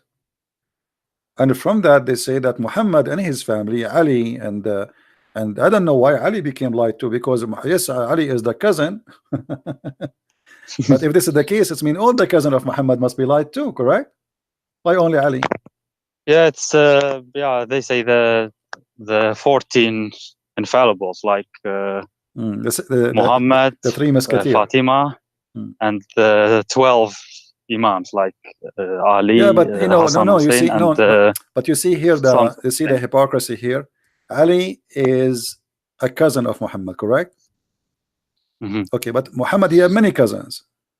So why only from Muhammad and Ali and down we go with their childrens after that? And why we don't count the cousin of Muhammad, the other cousins? You understand me? Yes. Why only Ali? From all the cousins he is light. I don't know, actually. Yeah. They say, yeah, like God created them first before everything. Like, yeah, they were stars in the forehead of Allah. There were stars made of light in the forehead. Where is that? Ali and Hassan al-Hussein and Fatima and Muhammad, they were stars in the forehead of Allah. Okay, but is that a hadith or? Yeah. You know, so you know, there's tons of hadith about this. They say. But I they wanted say, to know about Ahlul Bayt makhluqat nuraniya, which mean they are from light, but they appear in a human shape. You understand? So they have an appearance of a human being, but in fact they are not. They are made of light. Don't tell me you never heard this before. No, I know this. It's like I have many times heard this, but I'm not sure what is meant by light. Like, I don't know if nur is like the same meaning as light, what we mean now. Yeah, like light. Allah himself. I don't know if that's. Yeah, Allah himself is light. Allah himself is light, and He is the source of all light, supposedly. And Ali and Muhammad and his family. And by the way, Fatima is not the daughter of Muhammad anyway. Since when Fatima became his daughter? What is the proof? There's no proof. Muhammad, he cannot have kids. Fatima is the daughter of Khadija, but she was the youngest of the children of Khadija. So she was called Muhammad because she is the youngest father. You know what I mean? Muhammad, he married Khadija. She have many husbands before him. She have children who they are in the age of Muhammad almost. So this is why we don't notice Muslims talking about the children and the male children of Khadija. They always mention female children. And the one they mention, especially the Shia, Fatima, why they claim that Fatima is the only one which Muhammad he have from Khadija.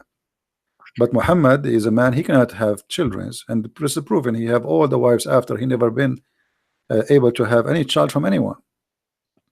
And Khadija, she was a lot older than Muhammad, so how Khadija she can give a baby?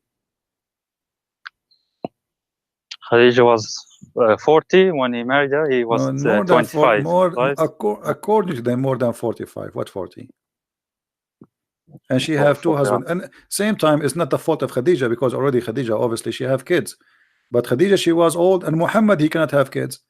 Muhammad, he married women after women after women after women, and then one day Mary the Copt, she got pregnant, and the Muhammad, he thought this is from because he was sleeping with her, but the fact it was not. Even Aisha, she told him, he don't even look like you. So Muhammad, he cannot. Even the Quran says that people, they used to him, that they used to say to him, you are the abtar. You know what abtar, right? مقطوع means Right. like cut. You are cut. You are cut off. They are making fun of his private part. Cut You off. cannot have babies, you know. So you are not But- man enough. Why? Because you cannot have childrens, you know. The abtar, I looked it up. Has different meanings. Like abtar means مقطوع الذنب, like without a tail. Yeah, it's about penis, but that's a actually man, he don't have he don't have a tail, do he? But another meaning is like بقي زواجهم abtar, like their marriage was without any kids. Yeah, you can use this word in many ways, but here obviously talking about him, he cannot have babies. It's obvious. So and this is in about Lisan abtar. al-Arab, I saw that abtar also could mean like someone doesn't have male children, like no problem, only females, and then this is his surname will like it's actually stupid maybe, but so maybe but look at this I verse. don't know. Regardless of the meaning, it's about him not having children. And look at the verse. Allah, he answered Muhammad, he says, the guy is saying to Muhammad, you are abtar, and Allah, he says to him, we give you a fountain. What does this have to do with this? What do you think? Like there's a guy, this is a chapter 108, Al-Kawthar. Yes. A guy, he says to you, you are abtar, and then you answer him, says, I have a fountain. What is this? A river, or Fatima, the daughter of Muhammad. That's in the tafsir. Al-Kawthar, yeah, the Shia, see here we go. The Shia, now they give it, Al-Kawthar suddenly became Fatima. Why didn't say Fatima? So Al-Kawthar, supposedly, according to the Muslim Sunni interpretation, it's a river in the heaven, and this river, its water is whiter than milk, and it's sweet. All right, and I believe that Al-Kawthar is a river of sperm, because what the connection between this and this? Think about it. The guy accusing Muhammad that he is not man enough to have babies, correct? He's trying to insult him.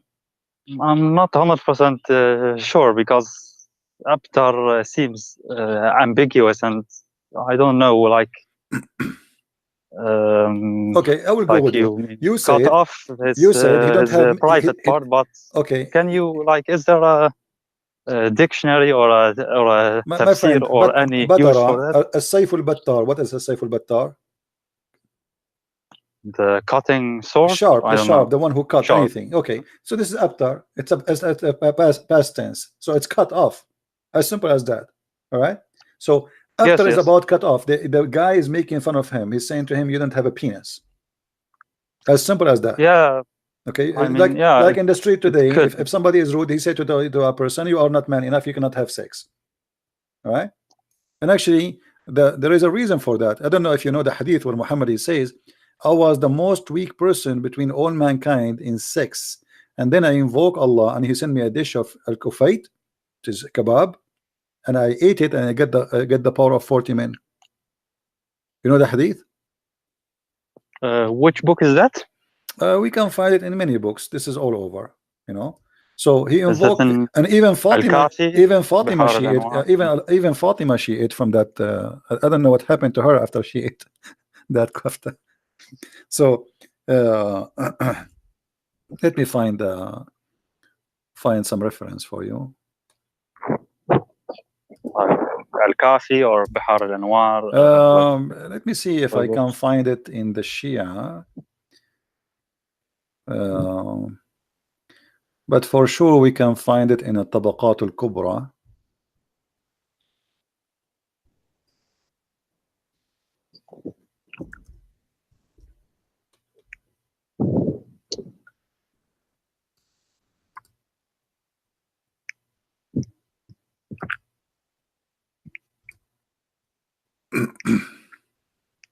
But have you Alright. studied the Shia books? Sure, we like study everything. all of You know, them? when you study Islamic law, you study all. You don't study only one. So, okay.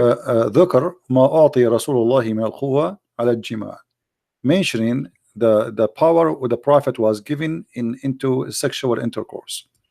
It says here, the Prophet said صلى الله عليه وسلم كنت من أقل الناس في الجماع حتى أنزل الله علي الكفيت فما أريده من ساعة إلا وجدته وهو قدر فيها لحم أخبرنا محمد etc etc etc. And here he says, and I will translate for you guys, give me a minute. لقيني جبريل بقدر فأكلت منها وأعطيت الكفيت قوة 40 رجل في الجماع. Translation: Muhammad saying, I was the most weak person between all mankind in sex, and then I invoke Allah, and Allah he sent me a dish of al-kufayt, like shish kebab, kufta, you know, and I ate it and I get the power of 40 men. Allah he sent it to me with Jibreel. Every time, every hour I needed, Allah he sent it to me. Okay, and after he ate it, he got the power of 40 men. And here they are saying that Muhammad he used to have sex with 9 wives in one night. Okay, this is. And here, which book? What's your name, by the way? You can call me Hassan. Hassan, no problem. So Hassan, here you can tell why somebody want to exaggerate about his sexual power unless he's trying to cover up something. You know what I mean? I mean, why you are telling people, why Muhammad is saying, I was the most weak person between mankind in sex.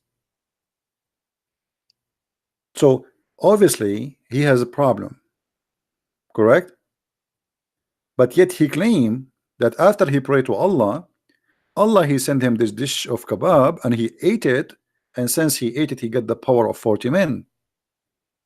But his wife Aisha, as usual, she got him busted.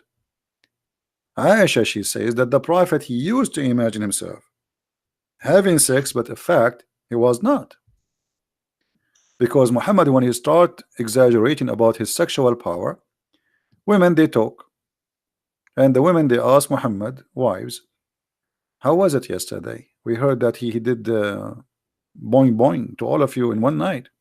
Look what Aisha she was saying to them. The Prophet continued for such and such a period, imagining that he had sexual intercourse with his wives, but in fact he did not. Do you see it? Yeah, but this is Bukhari, and yeah, but it doesn't matter. We have to connect. You see, for me, I don't care if it's Bukhari, Sahih Shia or Sahih Muslim Sunni. It doesn't matter. All is garbage for me, with my respect to you. But at the end of the day, there's no smoke without fire, as they say. Correct? Is that correct? Why Aisha she's saying that there's no smoke if there's no fire? Correct? So this smoke is coming from where? Why Aisha is saying such a thing? Aisha she is confirming here for us that Muhammad he have a sexual problem. He imagined himself having sex.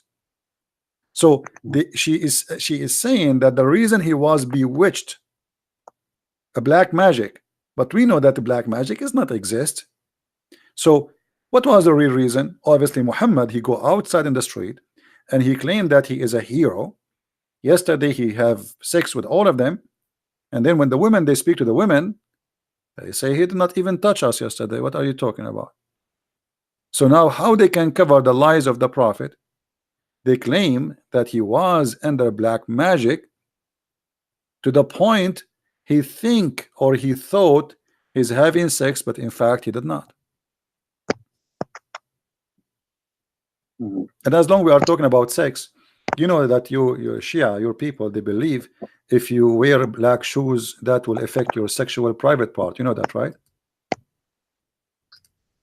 I have heard that previously. Yes. Yeah. Do you believe in it? Like, I'm not trying to make fun of you. I'm just trying to explore. you know, like I really, I don't know. It's so confusing. So many, like even between. I have to admit, even between Sunni and Shia, I think like, why do we Shia hate Aisha so much if she was the wife of the Prophet, and then she suddenly became like because evil she made the war against and Ali. Obviously, Shia, they worship Ali. There's no question about that. Shia is an Islamic religion born of Islam, but they change. Well, the Sunni, they worship Muhammad. They claim he's a prophet, but the fact they worship him. The Shia, they worship Ali and his family. Yeah. yeah, okay, but Now, let according me to you think. as a Shia, which book you consider is the most accurate? Is that Al-Kafi? Al-Kafi, yes. Okay. Well, Al-Kafi is full of madness too. I mean, Al-Kafi. So, do you believe Al-Kafi is accurate for you? Do you follow it, or you just say? I haven't read it because, yeah, I don't know. I find it difficult to read Arabic books. I can read, but Yeah. As an example, in the book of Mm. Al-Kafi, Muhammad, he sucked the nipples of his uncle, and he gave him milk. Is that a true story? I've never heard of it before. Okay. Do you think really this is a true story, or this is fictions of the Shia?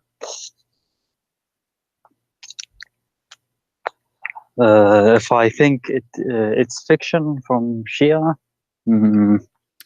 Yeah. Same time, like same for Al-Hasan. Al-Hasan, he used to suck. He used to feed from the finger of the Prophet. Let me try to find the hadith. Hold on. Al-Hasan, sorry, Al-Hussein, not Al-Hasan. He used to suck the finger of Muhammad for 2 days or 3 days non-stop, which means he feed from the finger of Muhammad. okay, 1 second. Like you are showing it on the screen, I'm just or looking not? for the hadith. I just remember it, so I don't know the exact number. But as I know that this is mostly in volume number 1 of Al-Kafi, page 400 something. I don't remember exactly, but I will find it. Hold on.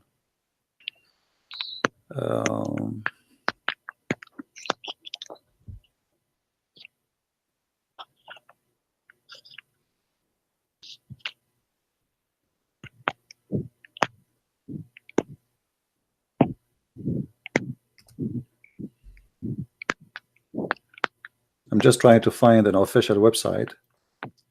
All right, yeah. If you go on Google, you can find it easily. I think Al-Kafi, Bihar al-Anwar. Yeah, In Arabic. there's many actually, but I want to find a Shia website, not just a website. Okay, let us see here. Because when you search for a hadith, and I remember hadith very well, always you find it in the Sunni, not. Anyway, it's al-Bak. I found the reference. It's Al-Kafi, volume number 1, page number 386. Kitab al-Hujja. Kitab al-Hujja. So Al-Hussein, it says الحسين لم يرضع الحسين من فاطمة عليه السلام ولا من أنثى. Al-Hussein, he did not suckle from any female, neither from Fatima, but he used to be brought to the Prophet, and the Prophet, he put his finger in his mouth and he sucked it with what is enough for 2 days or 3 days. So Al-Hussein, Really? Al-Hussein, yeah, Al-Hussein, he never suckled from his mother. He never suckled from any female. He suckled only from the Prophet finger, and each time he suckled from the finger of the Prophet, he suckled for he get what is enough for 2 days or 3 days. What is meant like suck? Like, He suckled his finger. The Prophet, he put his finger in his mouth, and then Al-Hussein, he suckled it, and then that will be enough supposedly for 2 or 3 days as food. All right. Yeah, actually, I think I found it. I can. You can search it anyway. You can search it for it afterwards. I can look it up. Yeah. Yeah. Anyway, there's the Shia. They are not better than the Sunni. So, like, let me ask you, Hassan. So, what do you think now? Like, I mean, I don't know. Are you still a Muslim or what are you?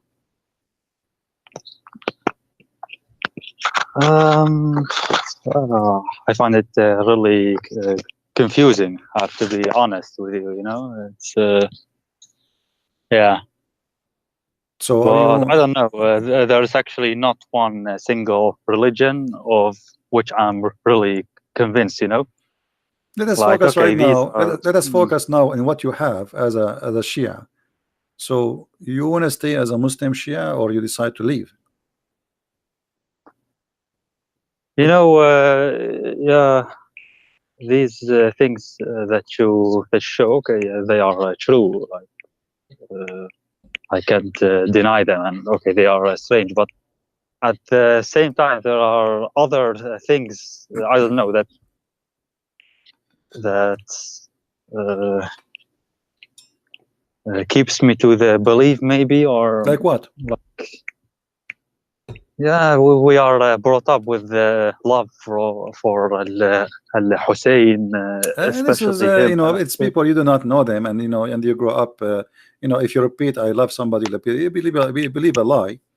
But who was Al Hassan al Hussein, and you know why Al Hassan al Hussein they became a center of a religion? I mean, who are they? Like, do you know Al way? Hussein, like they say, he's the mercy of Come on, Allah, and yeah, right. You see, there is they go tons. to Karbala, you know, to All the hadith about Al Hassan al Hussein, I guarantee you, they are fabrication. Ali, he appeared in many places in the same time.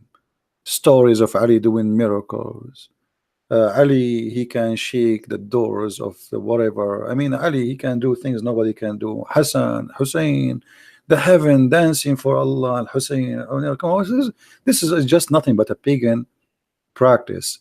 The what happened when Islam came to, especially to Iraq, specifically to Iraq. In Iraq, there was Yazidi, there was a Christians, there was Persian, and the Muslim, they came with Ali, correct? Ali and his family, they came to Iraq. in Iraq. Yes, they Yeah. came in Iraq. Yes. So this is why here we find that they made a replacement of their previous cult, like the Yazidi, etc. And they needed something spiritual, so they changed God by a new God. Okay, we got rid of the previous God, now we have new God. So Ali became God. His children became, and they fabricate tons of stories about those children who they are incredible, who they are like impossible. Like Al Mahdi as an example. Who's Al Mahdi? Can you tell to the people here what is Al Mahdi? The Shia, they talk about Al Mahdi too much. Al Mahdi in Shia, like in Shia, they believe like it's the 12th Imam. Hmm. He's infallible, Masoom. He has knowledge about everything. Actually, the same knowledge as Muhammad, like it's the same, and he lives on the earth, but you can't see him. Like that's the Shia belief. But the Sunnis believe that he in the has Sardab. to be born. What they say? In the Sardab. He lived in the Sardab. No, that's actually a misconception, like a misconception. No, He lives like freely on the earth, but they say we can't see him, but he can see us. He can hear us, but we yeah. Okay, let us make it simple. The idea of Al Mahdi is nothing but fiction. First of all, they don't even know who is he. They give you different names. As an example, what is the name of Al Mahdi mother? Nargis, right? Some people, they say her name is Maryam. Some they say Nargis. How he was born? Let me recall. It was a miracle. From the side of her remember. leg, correct? From the side of her leg. I don't know that. Yeah, from the side of her leg. You know, there is no way Al Mahdi is going to be born of a vagina. Hello. So you see, all those stories is nothing but fabrication. So the guy, he might be exist as a person, But then obviously the caliphate at that time, he kidnapped him, he killed him, because many people they follow him, and he disappeared. And then the Shia, they start saying Al-Mahdi, he took the book with him, he will come back, he can see us, we cannot see him. But it's an idea which is a silly idea. Why Al-Mahdi is still alive and he's not a human? Is he human? Well, according to the Shia belief, he's a member of the Ahl al-Bayt, so that makes him not human. Yeah, so he's made of light. In his, yeah, but why? So why Ali is dead? Who is more important, Al-Mahdi or Ali? Why Al-Mahdi is the one who disappear and he went in the Sardab, and you say that he is alive, he's in the earth, but we cannot see him. And not only that, he have the book with him. Is that correct? all Okay. books. Okay, what Injil, also the Torah. They yeah, say why he have the books Quran, with him? Actually, we are the one who need the book. Why he have it with him? Why he took the book? I don't know. I mean, come on, leave the book for us. So according to them, the Quran. I heard that he will give it to Jesus, because Jesus in Shia Islam he will and why also he need to give it to Jesus? return. Jesus do not need the book. We need it. But I'm not sure about that. That's, so my maybe friend, I'm not sure about that. Yeah, the Shia. I think the Shia is a collection of fictions, and tons of stories. Nobody knows where they are coming from. The same as Futros, the same as fantasy miracle. If you go on YouTube, I wish I can play for you some videos of the Shia. You will not believe it. The word football is coming from Al Hussein. The Give word me the titles. The word Ali. The word problem. the airplanes is coming from Al Hassan. The word etc. The cell phone is made by Ali. I mean, it's beyond stupidity. It's crazy. Just go search on YouTube and laugh. As long as you understand Arabic, I mean, you would die laughing at the fantasy they claim. So they created a new image of the family of Muhammad, and they made them like gods on the earth. And now you will see that Shia didn't cry for Allah, they cry for Al-Hassan, Al-Hussein, correct? Yes. Why? Who are they? I don't know. They say, like, if you cry for them, your sins will be washed away, or yeah, see. So look what happened. The Muslims, the Sunni, they have different worship. They worship the black stone. They claim that the black stone, if you touch it in the Yemeni corner, forgive your sin.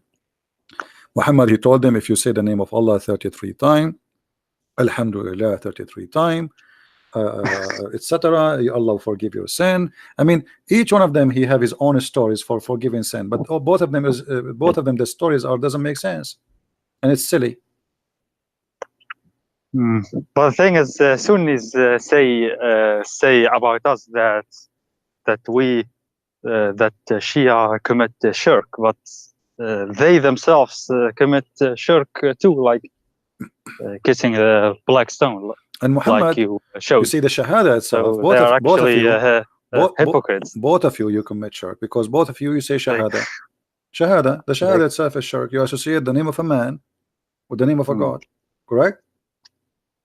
I mean, why in order to say Shahada, I have to say the name of Muhammad? Now, in the case of the Shahada of the Shia, they added the name of Ali. Yes. Correct? So now the Sunni, they added the name of Muhammad. The Shia, they added the name of Ali, and etc. Blah blah blah blah. I mean, the Shahada of the Shia is long, and even at the point became now you have to curse Abu Bakr. Yeah, okay, that's true. It's a cursing party. Actually, you have like a shortened version.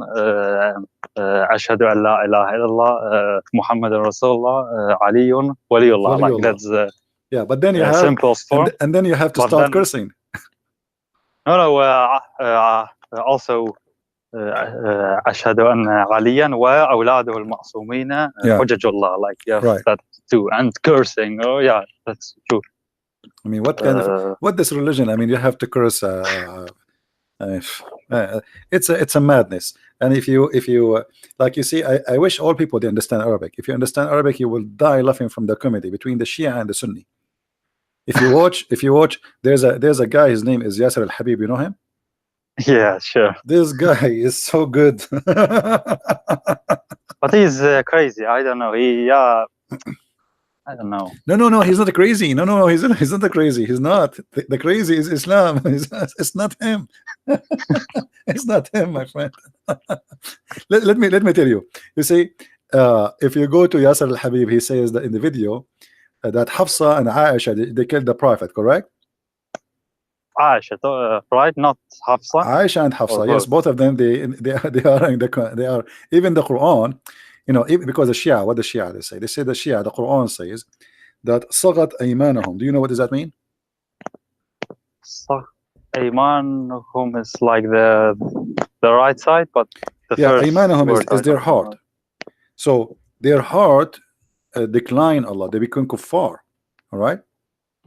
So the Quran confirm that Hafsa and Aisha both they became kuffar in the sight of Allah, to the point he made a threat that he will wage war in them, and he will send Allah and Jibreel and the believers and every angel in this earth to fight against two women.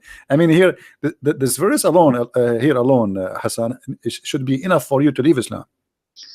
A guy That's in the Quran, okay. But what does the Shia tafsir say?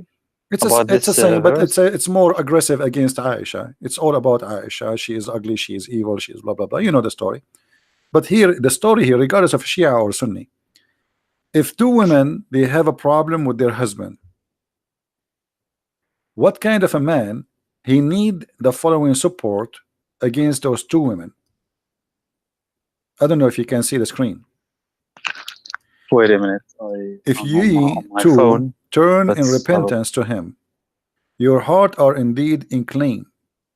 But if you back up each other against him, which means Muhammad, truly Allah is his protector, and Jibreel, and every righteous among those who believe, and furthermore the angels will back him up. I mean, if you hear this, you will think that this is a war will happen between the Soviet Union and the Muslims, between America and all the Muslims, like somebody have nukes, you know what I mean, you need Allah and Jibreel and every righteous and all the angels to support you against two women. They are 5 foot tall and they are your wives. You know what I mean? Yeah, it's for me it's confusing. Like why are they his wives, like Aisha and Hafsa, and both are like so much hated in Shia Islam. Like sometimes I think like why did God choose that? Like, and not only that, actually, you know, I don't know how much you know about the Quran, but the Quran based on this, you know, if Aisha and Hafsa they are bad, isn't it the Quran says wal khabithatu lil khabithin? You know what does that mean? You know what al khabithat mean? I know what that means. Yes, Okay, like can you translate? evil or Okay, the evil so for the evil. if both are evil, and the Quran says that Allah make the evil women marry evil men, so how Muhammad marry them unless he is evil too? I guess Shia say this is an exception, like for What exception? Muhammad That's and it. Ahl al-Bayt. No. It says, you know, like the translation of the Muslims is very funny. The al-khabithat, the filthy bad ones for the bad ones, which means there's no exception. Doesn't say, do you see in the verse any exception? Doesn't say any exception. That's it. The bad ones will marry the bad ones. So Allah will make it, like a destiny. So Allah will make the bad women marry a bad man because this is what they deserve. Then we find that Aisha and Hafsa, both of them, they are khabithat. So how this is work? This is why we say the Quran is a joke. You know, bad women they marry bad men. It's a destiny. So if Muhammad was a good man, and his wives are bad women, and the Quran says Allah will make always bad men marry bad women, and bad women marry only bad men, and vice versa, and the good men, they will marry good women. So was Aisha and Hafsa bad or good? When their heart inclined and they have a strike against the Prophet, and the Prophet, he made verses claiming that Allah, he sent it to him. Oh yeah, and Shia Islam, it's like blindingly obvious. Yeah, and you know, both of them here, they are in trouble because the Quran for the both, for the Shia and for the Sunni. I know that the Shia didn't agree with the whole Quran. They say there's corruption in the Quran, but it's still, you know, it doesn't matter really. It's as you see. There's a The Shias, I can remember, like there was Quran Ali, Quran Ali, Quran Fatima. There's it, many Quran. like beside Hafs and Qasim, but somehow it got lost. But No, they burn it supposedly. Quran It was Ali burned. was chronological, as I can remember. It had a different. Obviously, all the Qurans are Yeah, different. it was different. But, All of yeah. them, every book was different because Muhammad, he did not give one Quran. You see, Muhammad, because he's a fake prophet, false prophet, he cannot recite the same verse twice correctly. This is why in the Quran it says in chapter 2 that any verses we abrogate or cause to be forgotten. Why he abrogate or cause to be forgotten? Because Muhammad, he cannot remember a verse you know, twice. So one he say it this way, the other time he say a different way. So the Muslim didn't notice, and the people didn't notice that. And in order to cover himself from the lies he keep giving, he said, well, Allah, he caused me to forget Quran, but he will give me something better and similar. Something better or similar. So what the point of forgetting? Yeah, the Quran says that chapter 2 verse 106. Okay, but in the Shia, we believe that. I mean, the Shia believe that they have all knowledge. Like, yeah. No, it's the same. Look, same knowledge okay. as Allah. The Quran is clear. Any verses we cause to be we abrogate or cause to be forgotten. All right. And the reason for that, even the Sunni, they agree that the reason for this, because Muhammad, he used to say something in the morning and then he changed his mind afternoon. Let us go show the English translation for people so they can see with us. And I will use the Sunni because this is the only one in English in this website. So you will see that the kuffar, supposedly the Arab, who they are not believing Muhammad, they do not believe in him because Muhammad, he is obviously, it's obvious that he is lying. He says something in the morning, second day he change it, you know. And why Muhammad will change that fast? I mean, if you are a prophet of God, I mean, I don't know what's wrong with this website, it's not working. Which tafsir is that? You can go to Ibn Abbas. Ibn Abbas shared by both. You will see. I don't know. Shia say that he's yeah. Ibn Abbas, they cannot say he was Shia, he was Sunni. I mean, actually, they claim that Ibn Abbas was a Shia because he's from the family of the Prophet too. I heard a scholar say like he's a Hashimi, so you may not curse him, but he still did like wrong things. I don't know. So yeah, he's not from all the Shia act and believe is based in political movement. It has nothing to do with religion, but they made the political agenda a religion. All of this because, you know, Ali, he wanted to be the caliphate, and Aisha, she opposed him, and Abu Sufyan and his children, they oppose, etc. So, you know, it became a war between two sects, but it was not really in the beginning. It was not a sect. It was just fighting over power. This website have a problem. It's not opening. Yeah, but anyway, you can open it later. Chapter 2, verse number 106. You will see that you will see in the interpretation that the reason because Muhammad, he says something in the morning and then in the second day he changed it, and the Arab, they will say, look at this man, he claimed to be a prophet. In the morning he enjoy his followers something, and afternoon and the second day he changed his mind. Same as the muta, like you Shia, you practice muta until now, correct? It is allowed, but I haven't seen any Shia that actually Oh, come on, the Shia, they practice likes it it. widely. They practice it widely in Lebanon. I mean, if you like ask someone like, can I? Yeah, I mean, there are stories about sheikhs that they say like, yeah, you can do mut'a, and then someone asks him, so can I do with your daughter mut'a? And then he becomes angry. So because he is a hypocrite. that's I know many of those Yeah, you can stories. do muta, but not with So my I daughter. mean, But so I isn't mean, isn't it the same? Isn't it the same with the Muhammad? Muhammad, he allow everybody to marry more than one, right? When Ali, yes. he wanted to marry additional women over Fatima, Muhammad was very upset. Remember? Really? Oh yeah, I don't know. because he's a hypocrite. So Where's that? every man, you can search it, maybe, like, because we will go soon. Maybe you can call me tomorrow. Okay.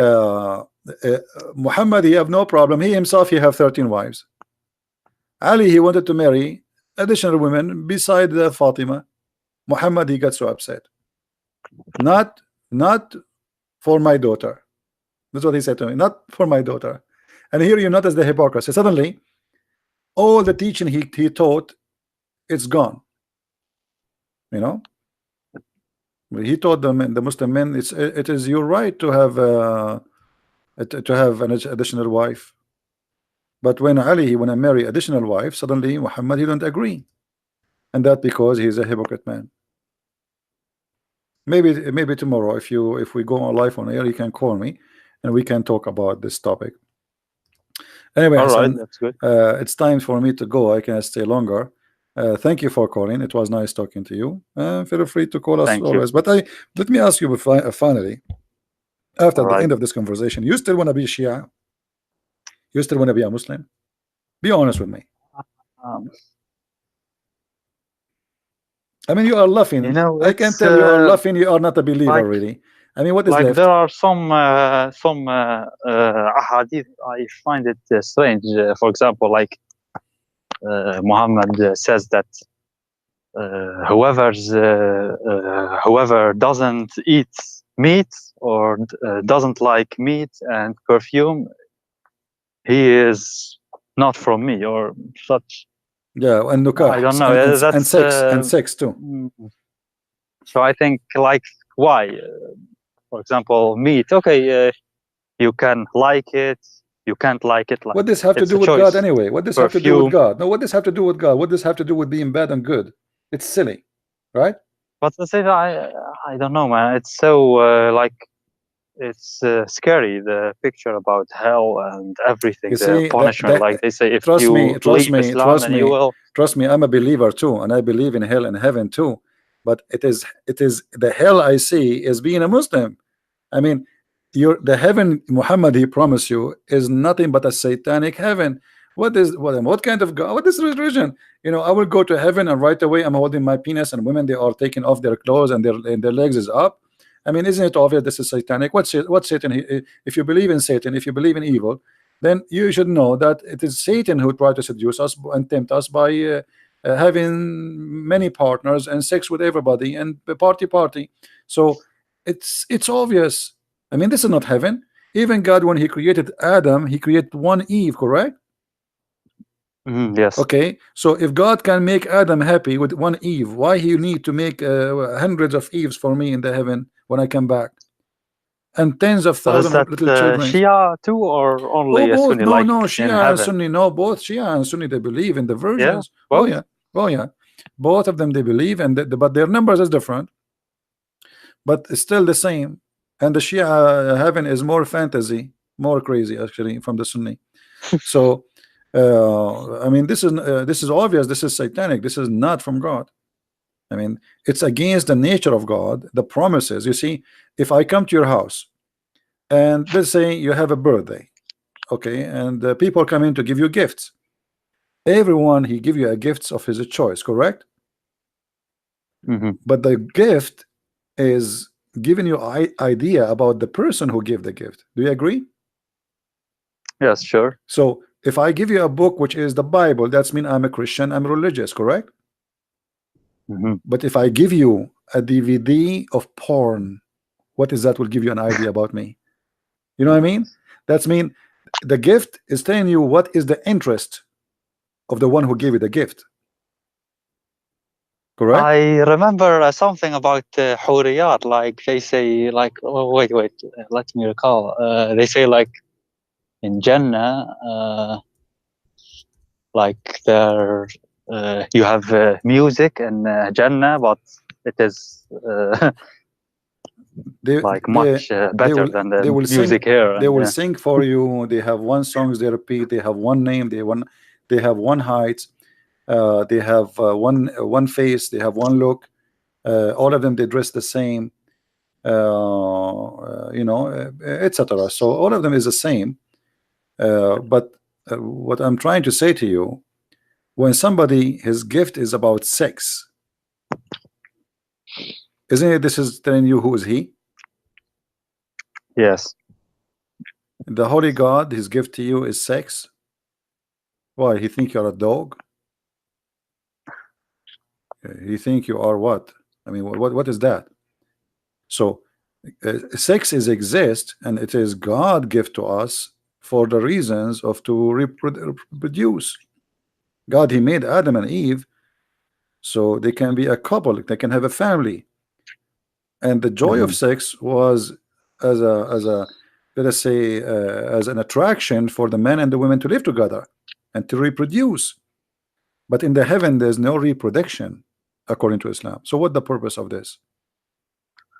Where can I find this about the Shia, like the heaven and how it looks like, and these details that you mentioned? Like, I want to know in Shia Islam, like Al-Kafi or well, Bahar Anwar, what there is actually many source for the Hurriyat, but both the Shia and the Sunni, they believe in that. And maybe tomorrow, if you call me tomorrow, we can go and we can discuss more, because I'm really interested to see you leaving this cult, because I can tell now you are not making decision. But and I don't know really why you are not making decision yet. because I don't have, like, you know, it's about the Shia Islam, and there isn't like much information about it. If you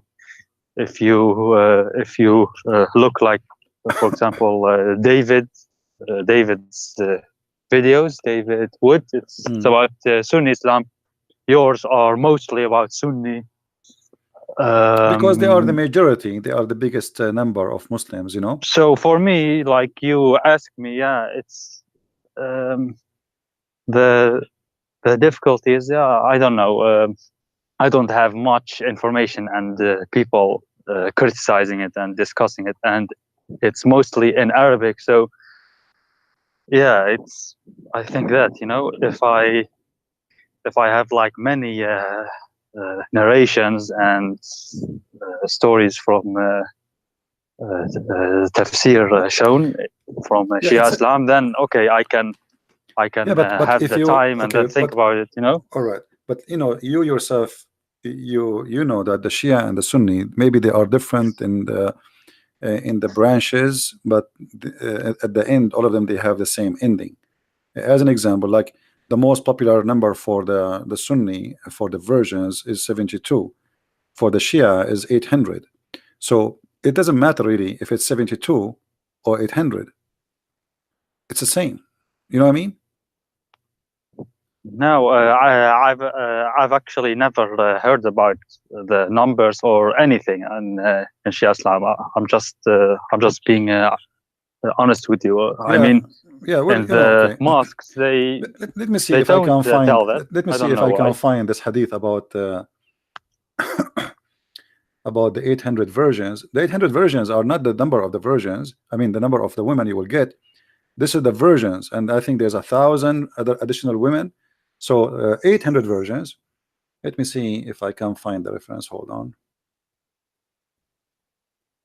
But you said about the Shia, like they are the minority, but yeah, they are still 10% to 20%. Like you can't measure it exactly, but they are actually more than 100 million. So they are still many. You know? Yeah. But the reason than the 100 million. most who come to debate Iraq, me, Iran, the most who I face to debate us is the Sunni, is not really Shia. I wouldn't see them. Okay, I found the reference. Hold on. This is a Shia website. I don't know if you can see my screen. Wait, okay, hold on. You see the screen? 1 second. Yes, I'm looking at the screen. Yes. Nur al-Thaqalain. You see it? Nur al-Thaqalain. Let me highlight it for you. المكتبة المقروءة. تفسير نور الثقلين. تفسير نور الثقلين. All right. This is Shia. All right. Now we go down. Let us see what the Shia says about the versions. Here it says في تفسير علي بن إبراهيم حدثني أتدرى بلا بلا بلا بلا بلا بلا بلا عن عبد الله عليه السلام أنه قال المؤمن يزوج 800 عذراء و1000 ثيب وزوجتين من الحور العين. قلت جعلت فداك 800 عذراء؟ قال نعم وما يفترش منهن شيء إلا وجدها كذلك. Okay, so how many versions you as a Shia? You get 800 versions, and 1,000 women, they are not virgin. That's mean 1,800, and 2 women, they are from the Hur. So what the total? The total is 1,802 women total. Do you see it? Yeah, I see it. Yes, I'm looking. And then here, if you go down, it says the same as the Sunni, but the number is different. It says that each time those Hawra, each time you have sex with her, she turn virgin again.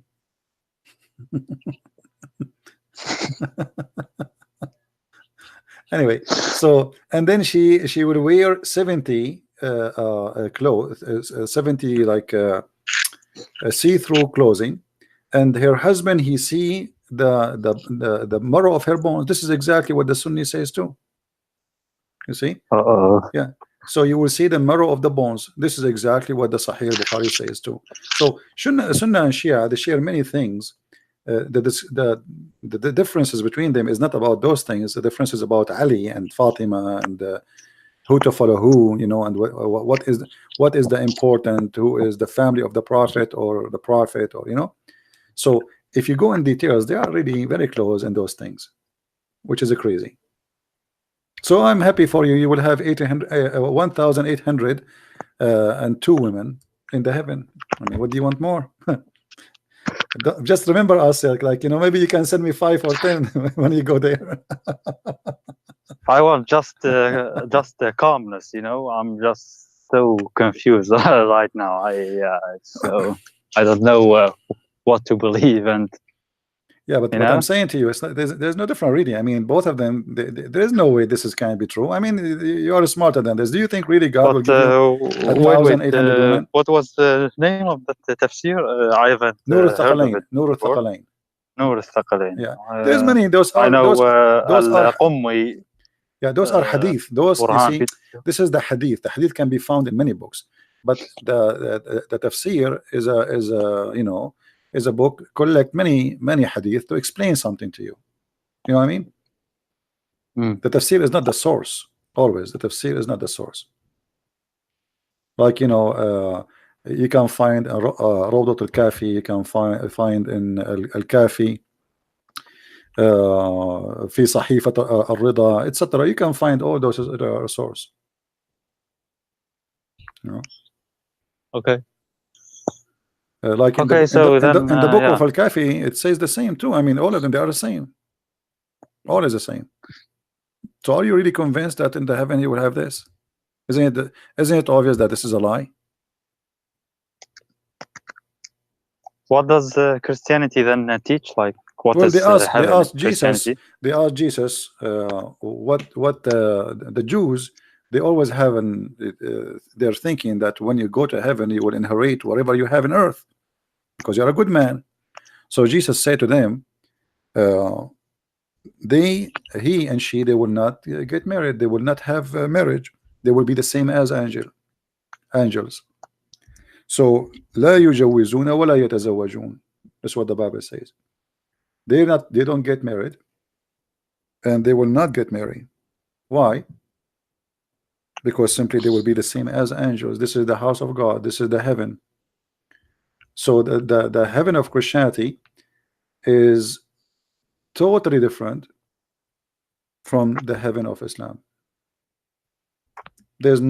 We cannot compare. And that makes sense because if God is holy, his house is holy.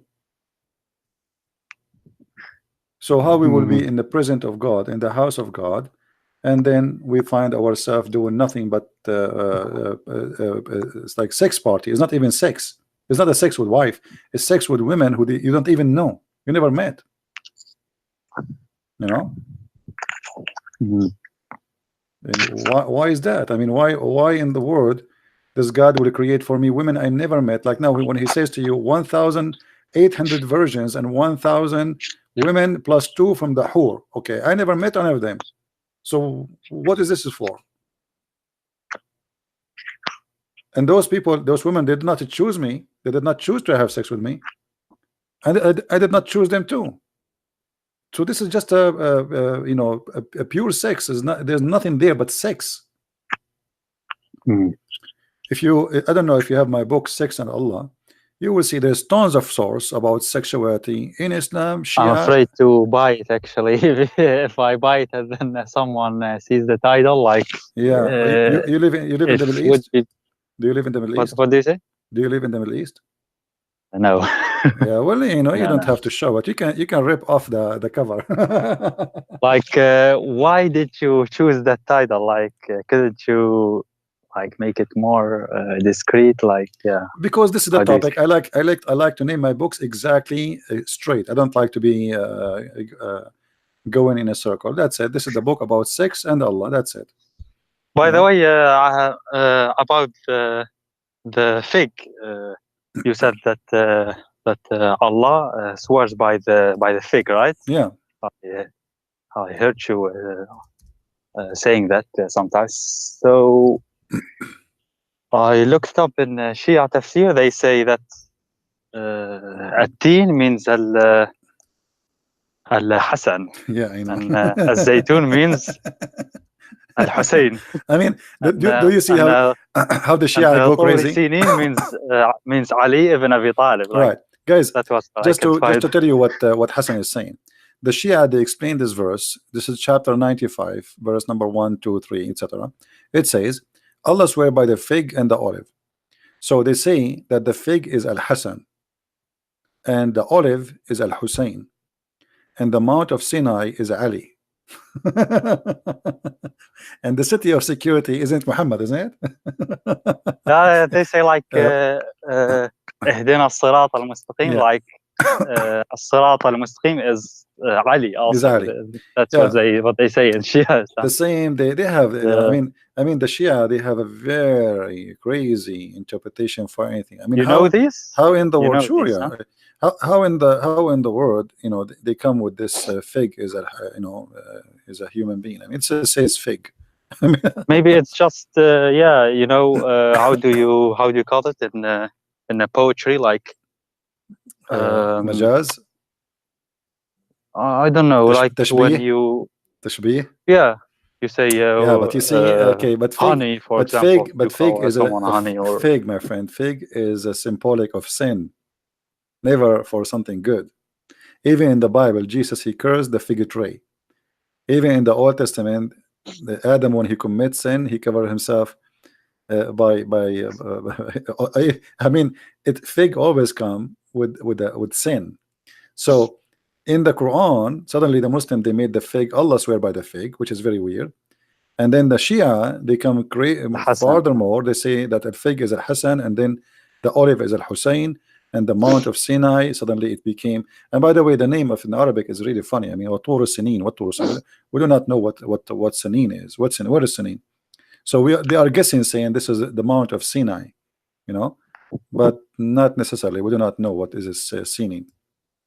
We do not know. And about وإذا الموءودة سئلت. Like Yeah. you said, that was about النفس المعذبة, right? Yeah, this is not about they in claim. Shia, they say that is Al-Hassan. Oh no, Al-Hussein. Like they say, actually, correct reading is وإذا المودة سئلت, as I can remember, something like that. Like that was the original reading. Like, yeah, Well, like Al-Mawadda. Then you know, they say that is Al-Hussein. I agree that in the Quran there's many the Muslims are confused about the words, and sometimes there's a dot is appearing somewhere changing the whole meaning, like, you know, hawar or hur, it's the same word. Hawar is the same as hur. Hamal or jamal. You know, Yes. remember the Quran was without dots, right? So how we can know, even if you read it in the inside, you can replace the jamal with hamal. It's very easy, you know. You can replace the word qala with mala. There are qira'at, there are they say, Yeah, seven, but but I mean, there are many more actually. you remember the story about the 7 sleepers, and it says wa kalbahum.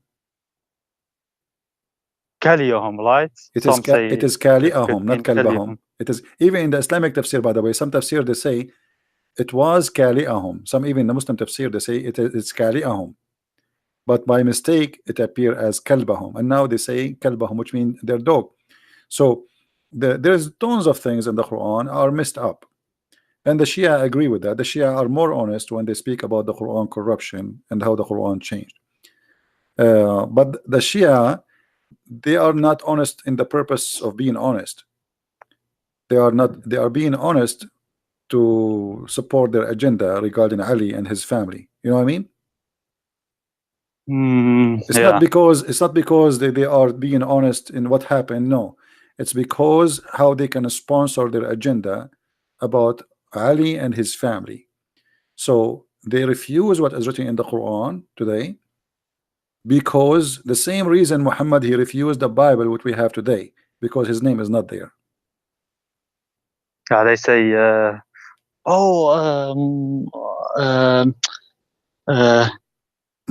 there's a Shia sheikh.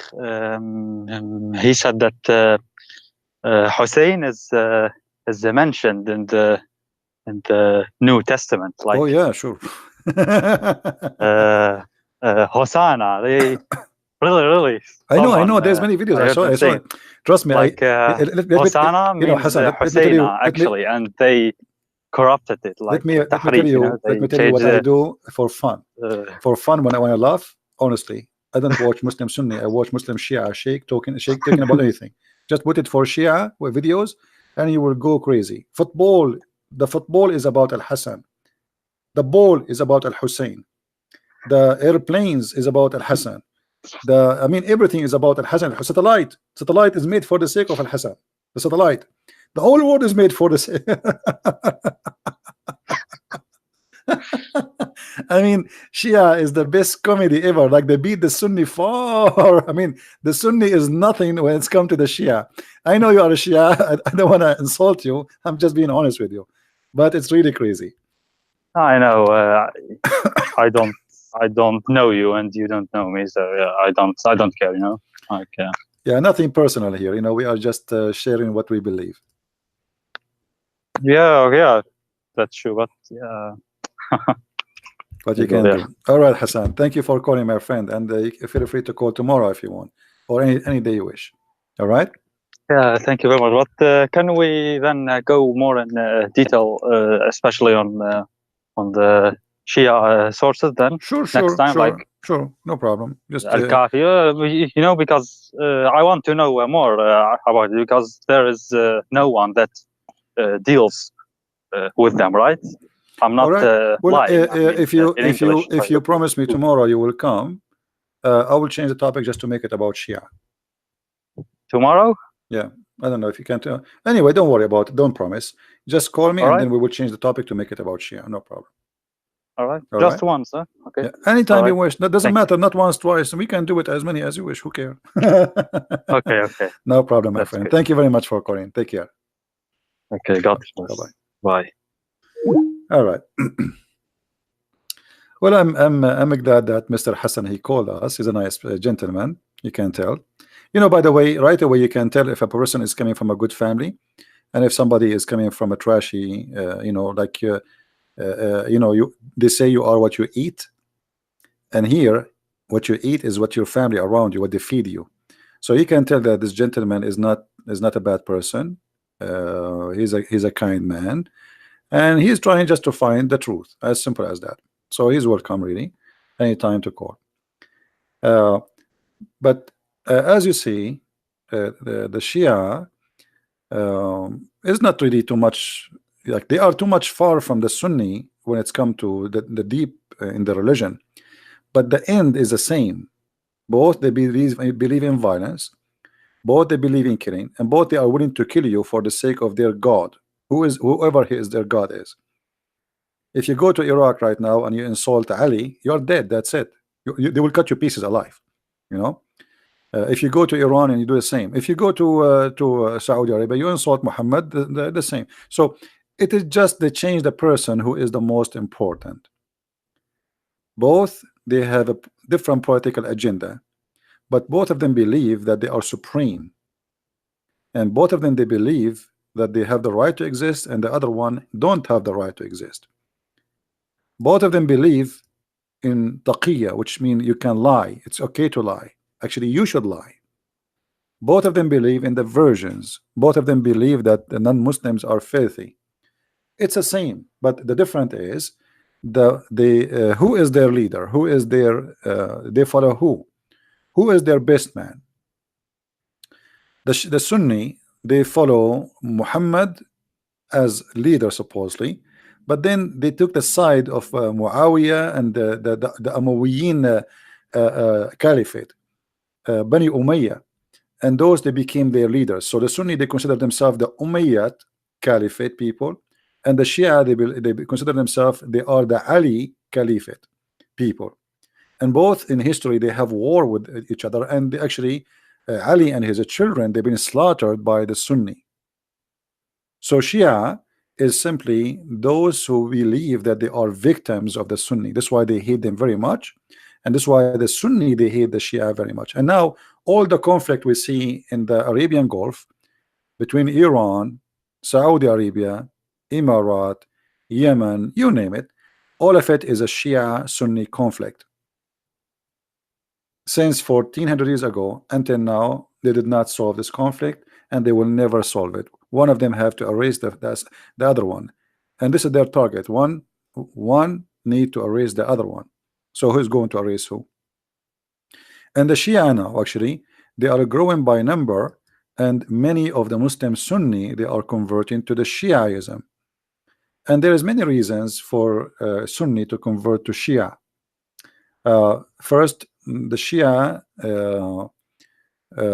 they have many let us say many appealing things for the Muslim Sunni to make them follow. Number one, they follow the family of Muhammad. The Sunni they follow the enemy of the family of Muhammad. The Shia during the last 20-30 years they were fighting Israel, while the Sunni they did not take fighting Israel as something serious. Their target was different. So the Shia they were able to advertise themselves between the Muslim Sunni as they are the one who defend Jerusalem as the Muslim city, not Jerusalem the Jewish city. So the Shia they present themselves through Hezbollah, Lebanon, Hezbollah Iraq, Hezbollah Iran. that those are the Hizb of Allah, the party of Allah, and this is what the Quran says. The name Hizbullah is not something created from Google. This is coming from the Quran in chapter 5 verse number 56. Hizbullah hum al-ghalibun, and this is the title of the Shia militant groups. The same time, the Sunni, they have a big militant group. It's called Muslims Brotherhood. But Muslims Brotherhood themselves, they are under the control of the Shia. This is why if you go right now and you listen to the news, you will find that Saudi Arabia, Emirat, Bahrain, and Egypt, four major Islamic countries, they are fighting the Muslim Brotherhood, while Iran sponsoring Muslims Brotherhood. So we can say that Muslim Brotherhood as a Sunni party, in the deep inside, it's a Shia party. The appearance, it is a Sunni party, but the target obviously is under the control of the Shia. The first center for the Shia, for the Muslim Brotherhood in Egypt was bought by the mullahs of Iran. You believe it? The first center, the first building for the Muslim Brotherhood was purchased by the Shia. And this is telling you the deep relationship between the Muslim Brotherhood as a party claimed to be Sunni and the Shia. And this is why you see that the Shia and the Muslim Brotherhood, they are like in the bed together. The appearance, they are enemies, Sunni and Shia, but the fact, the Muslim Brotherhood is not really Sunni. They let us say they appreciate Shiaism very much, because Shiaism is their way to reach, to take over, to control money, support, etc.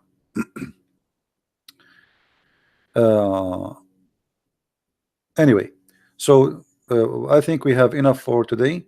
The video today will be long, but if you guys would like to download it for free, if not, we will remove it after a few hours, or maybe we will keep the conversation with our friend here, the one Hassan, the one who called us. So I want to say thank you. And the Shia made Quds Day in Israel for Palestinian Sunni. The Shia, this is, you see, the Shia, they are smarter than the Sunni.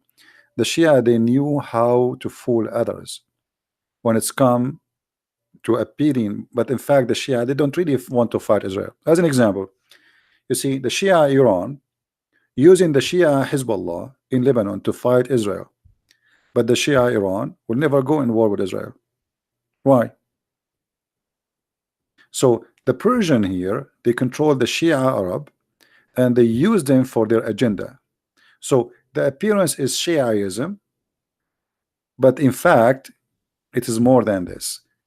It is Iran as Persian expanding the empire again, using Shiaism this time. So they are sending teachers to Africa because of the help of Chavez, as an example, in Venezuela. The Shia now, they have villages of Shia immigrated from Lebanon, from Iran, and they live in Venezuela. They open stores, gas stations. The vice president of Venezuela right now is a member of Hezbollah. So Shia, maybe it is a sect as religion, but it is nothing but a political movement seeking power and control, and they are controlling the drugs industry. Most of the income of Hezbollah is from cocaine and heroin, same as the most income of Taliban, of the Sunni. Most of the income of Afghanistan as Taliban is cocaine and heroin. So they, they have no limitation how far they can go. It's a mafia mentality. They are mafia, but the appearance, they are religion. The appearance, they are decent, to grow beard and the appearance, they are people who reject violence. But if you go deep, like, there's a guy, his name Imam Tawhidi. I don't know if you heard of him. If you hear this guy, you think that this guy is an angel, but the book he read, claiming that he reject the books which teach violence, he's a hypocrite, he's a liar, because the Quran teach that, and the Shia books teach that, and the school he graduated from, it teach that. So what this guy is talking about? But the Shia always, they practice taqiyya. It's like their bread and breakfast. Taqiyya, which means to lie for the purpose of your propaganda, your agenda. So he is willing to say anything you like to hear. This is what Shia they do practice. This is why I'm saying they are more successful from the Sunni. The Sunni, they lie, but they cannot beat the Shia in their lies. So Shia, they go far beyond your imagination when they lie. They are willing even to deny their religion just for the sake of their propaganda. It's called taqiyya, and it's lawful for him to do it. So they will say to you anything you like to hear, anything, whatever it is. If you say to them, the sky is yellow, they will say the sky is yellow. Whatever make you happy. It's red, it's red. You are against terrorism, we are against terrorism. But the fact, the first suicide bomber in the Middle East was from Hezbollah, was not a Sunni. This is the truth. The first suicide bomber in the whole Middle East was a Shia from Hezbollah, and after that all Islamic Sunni, they are copying the Shia.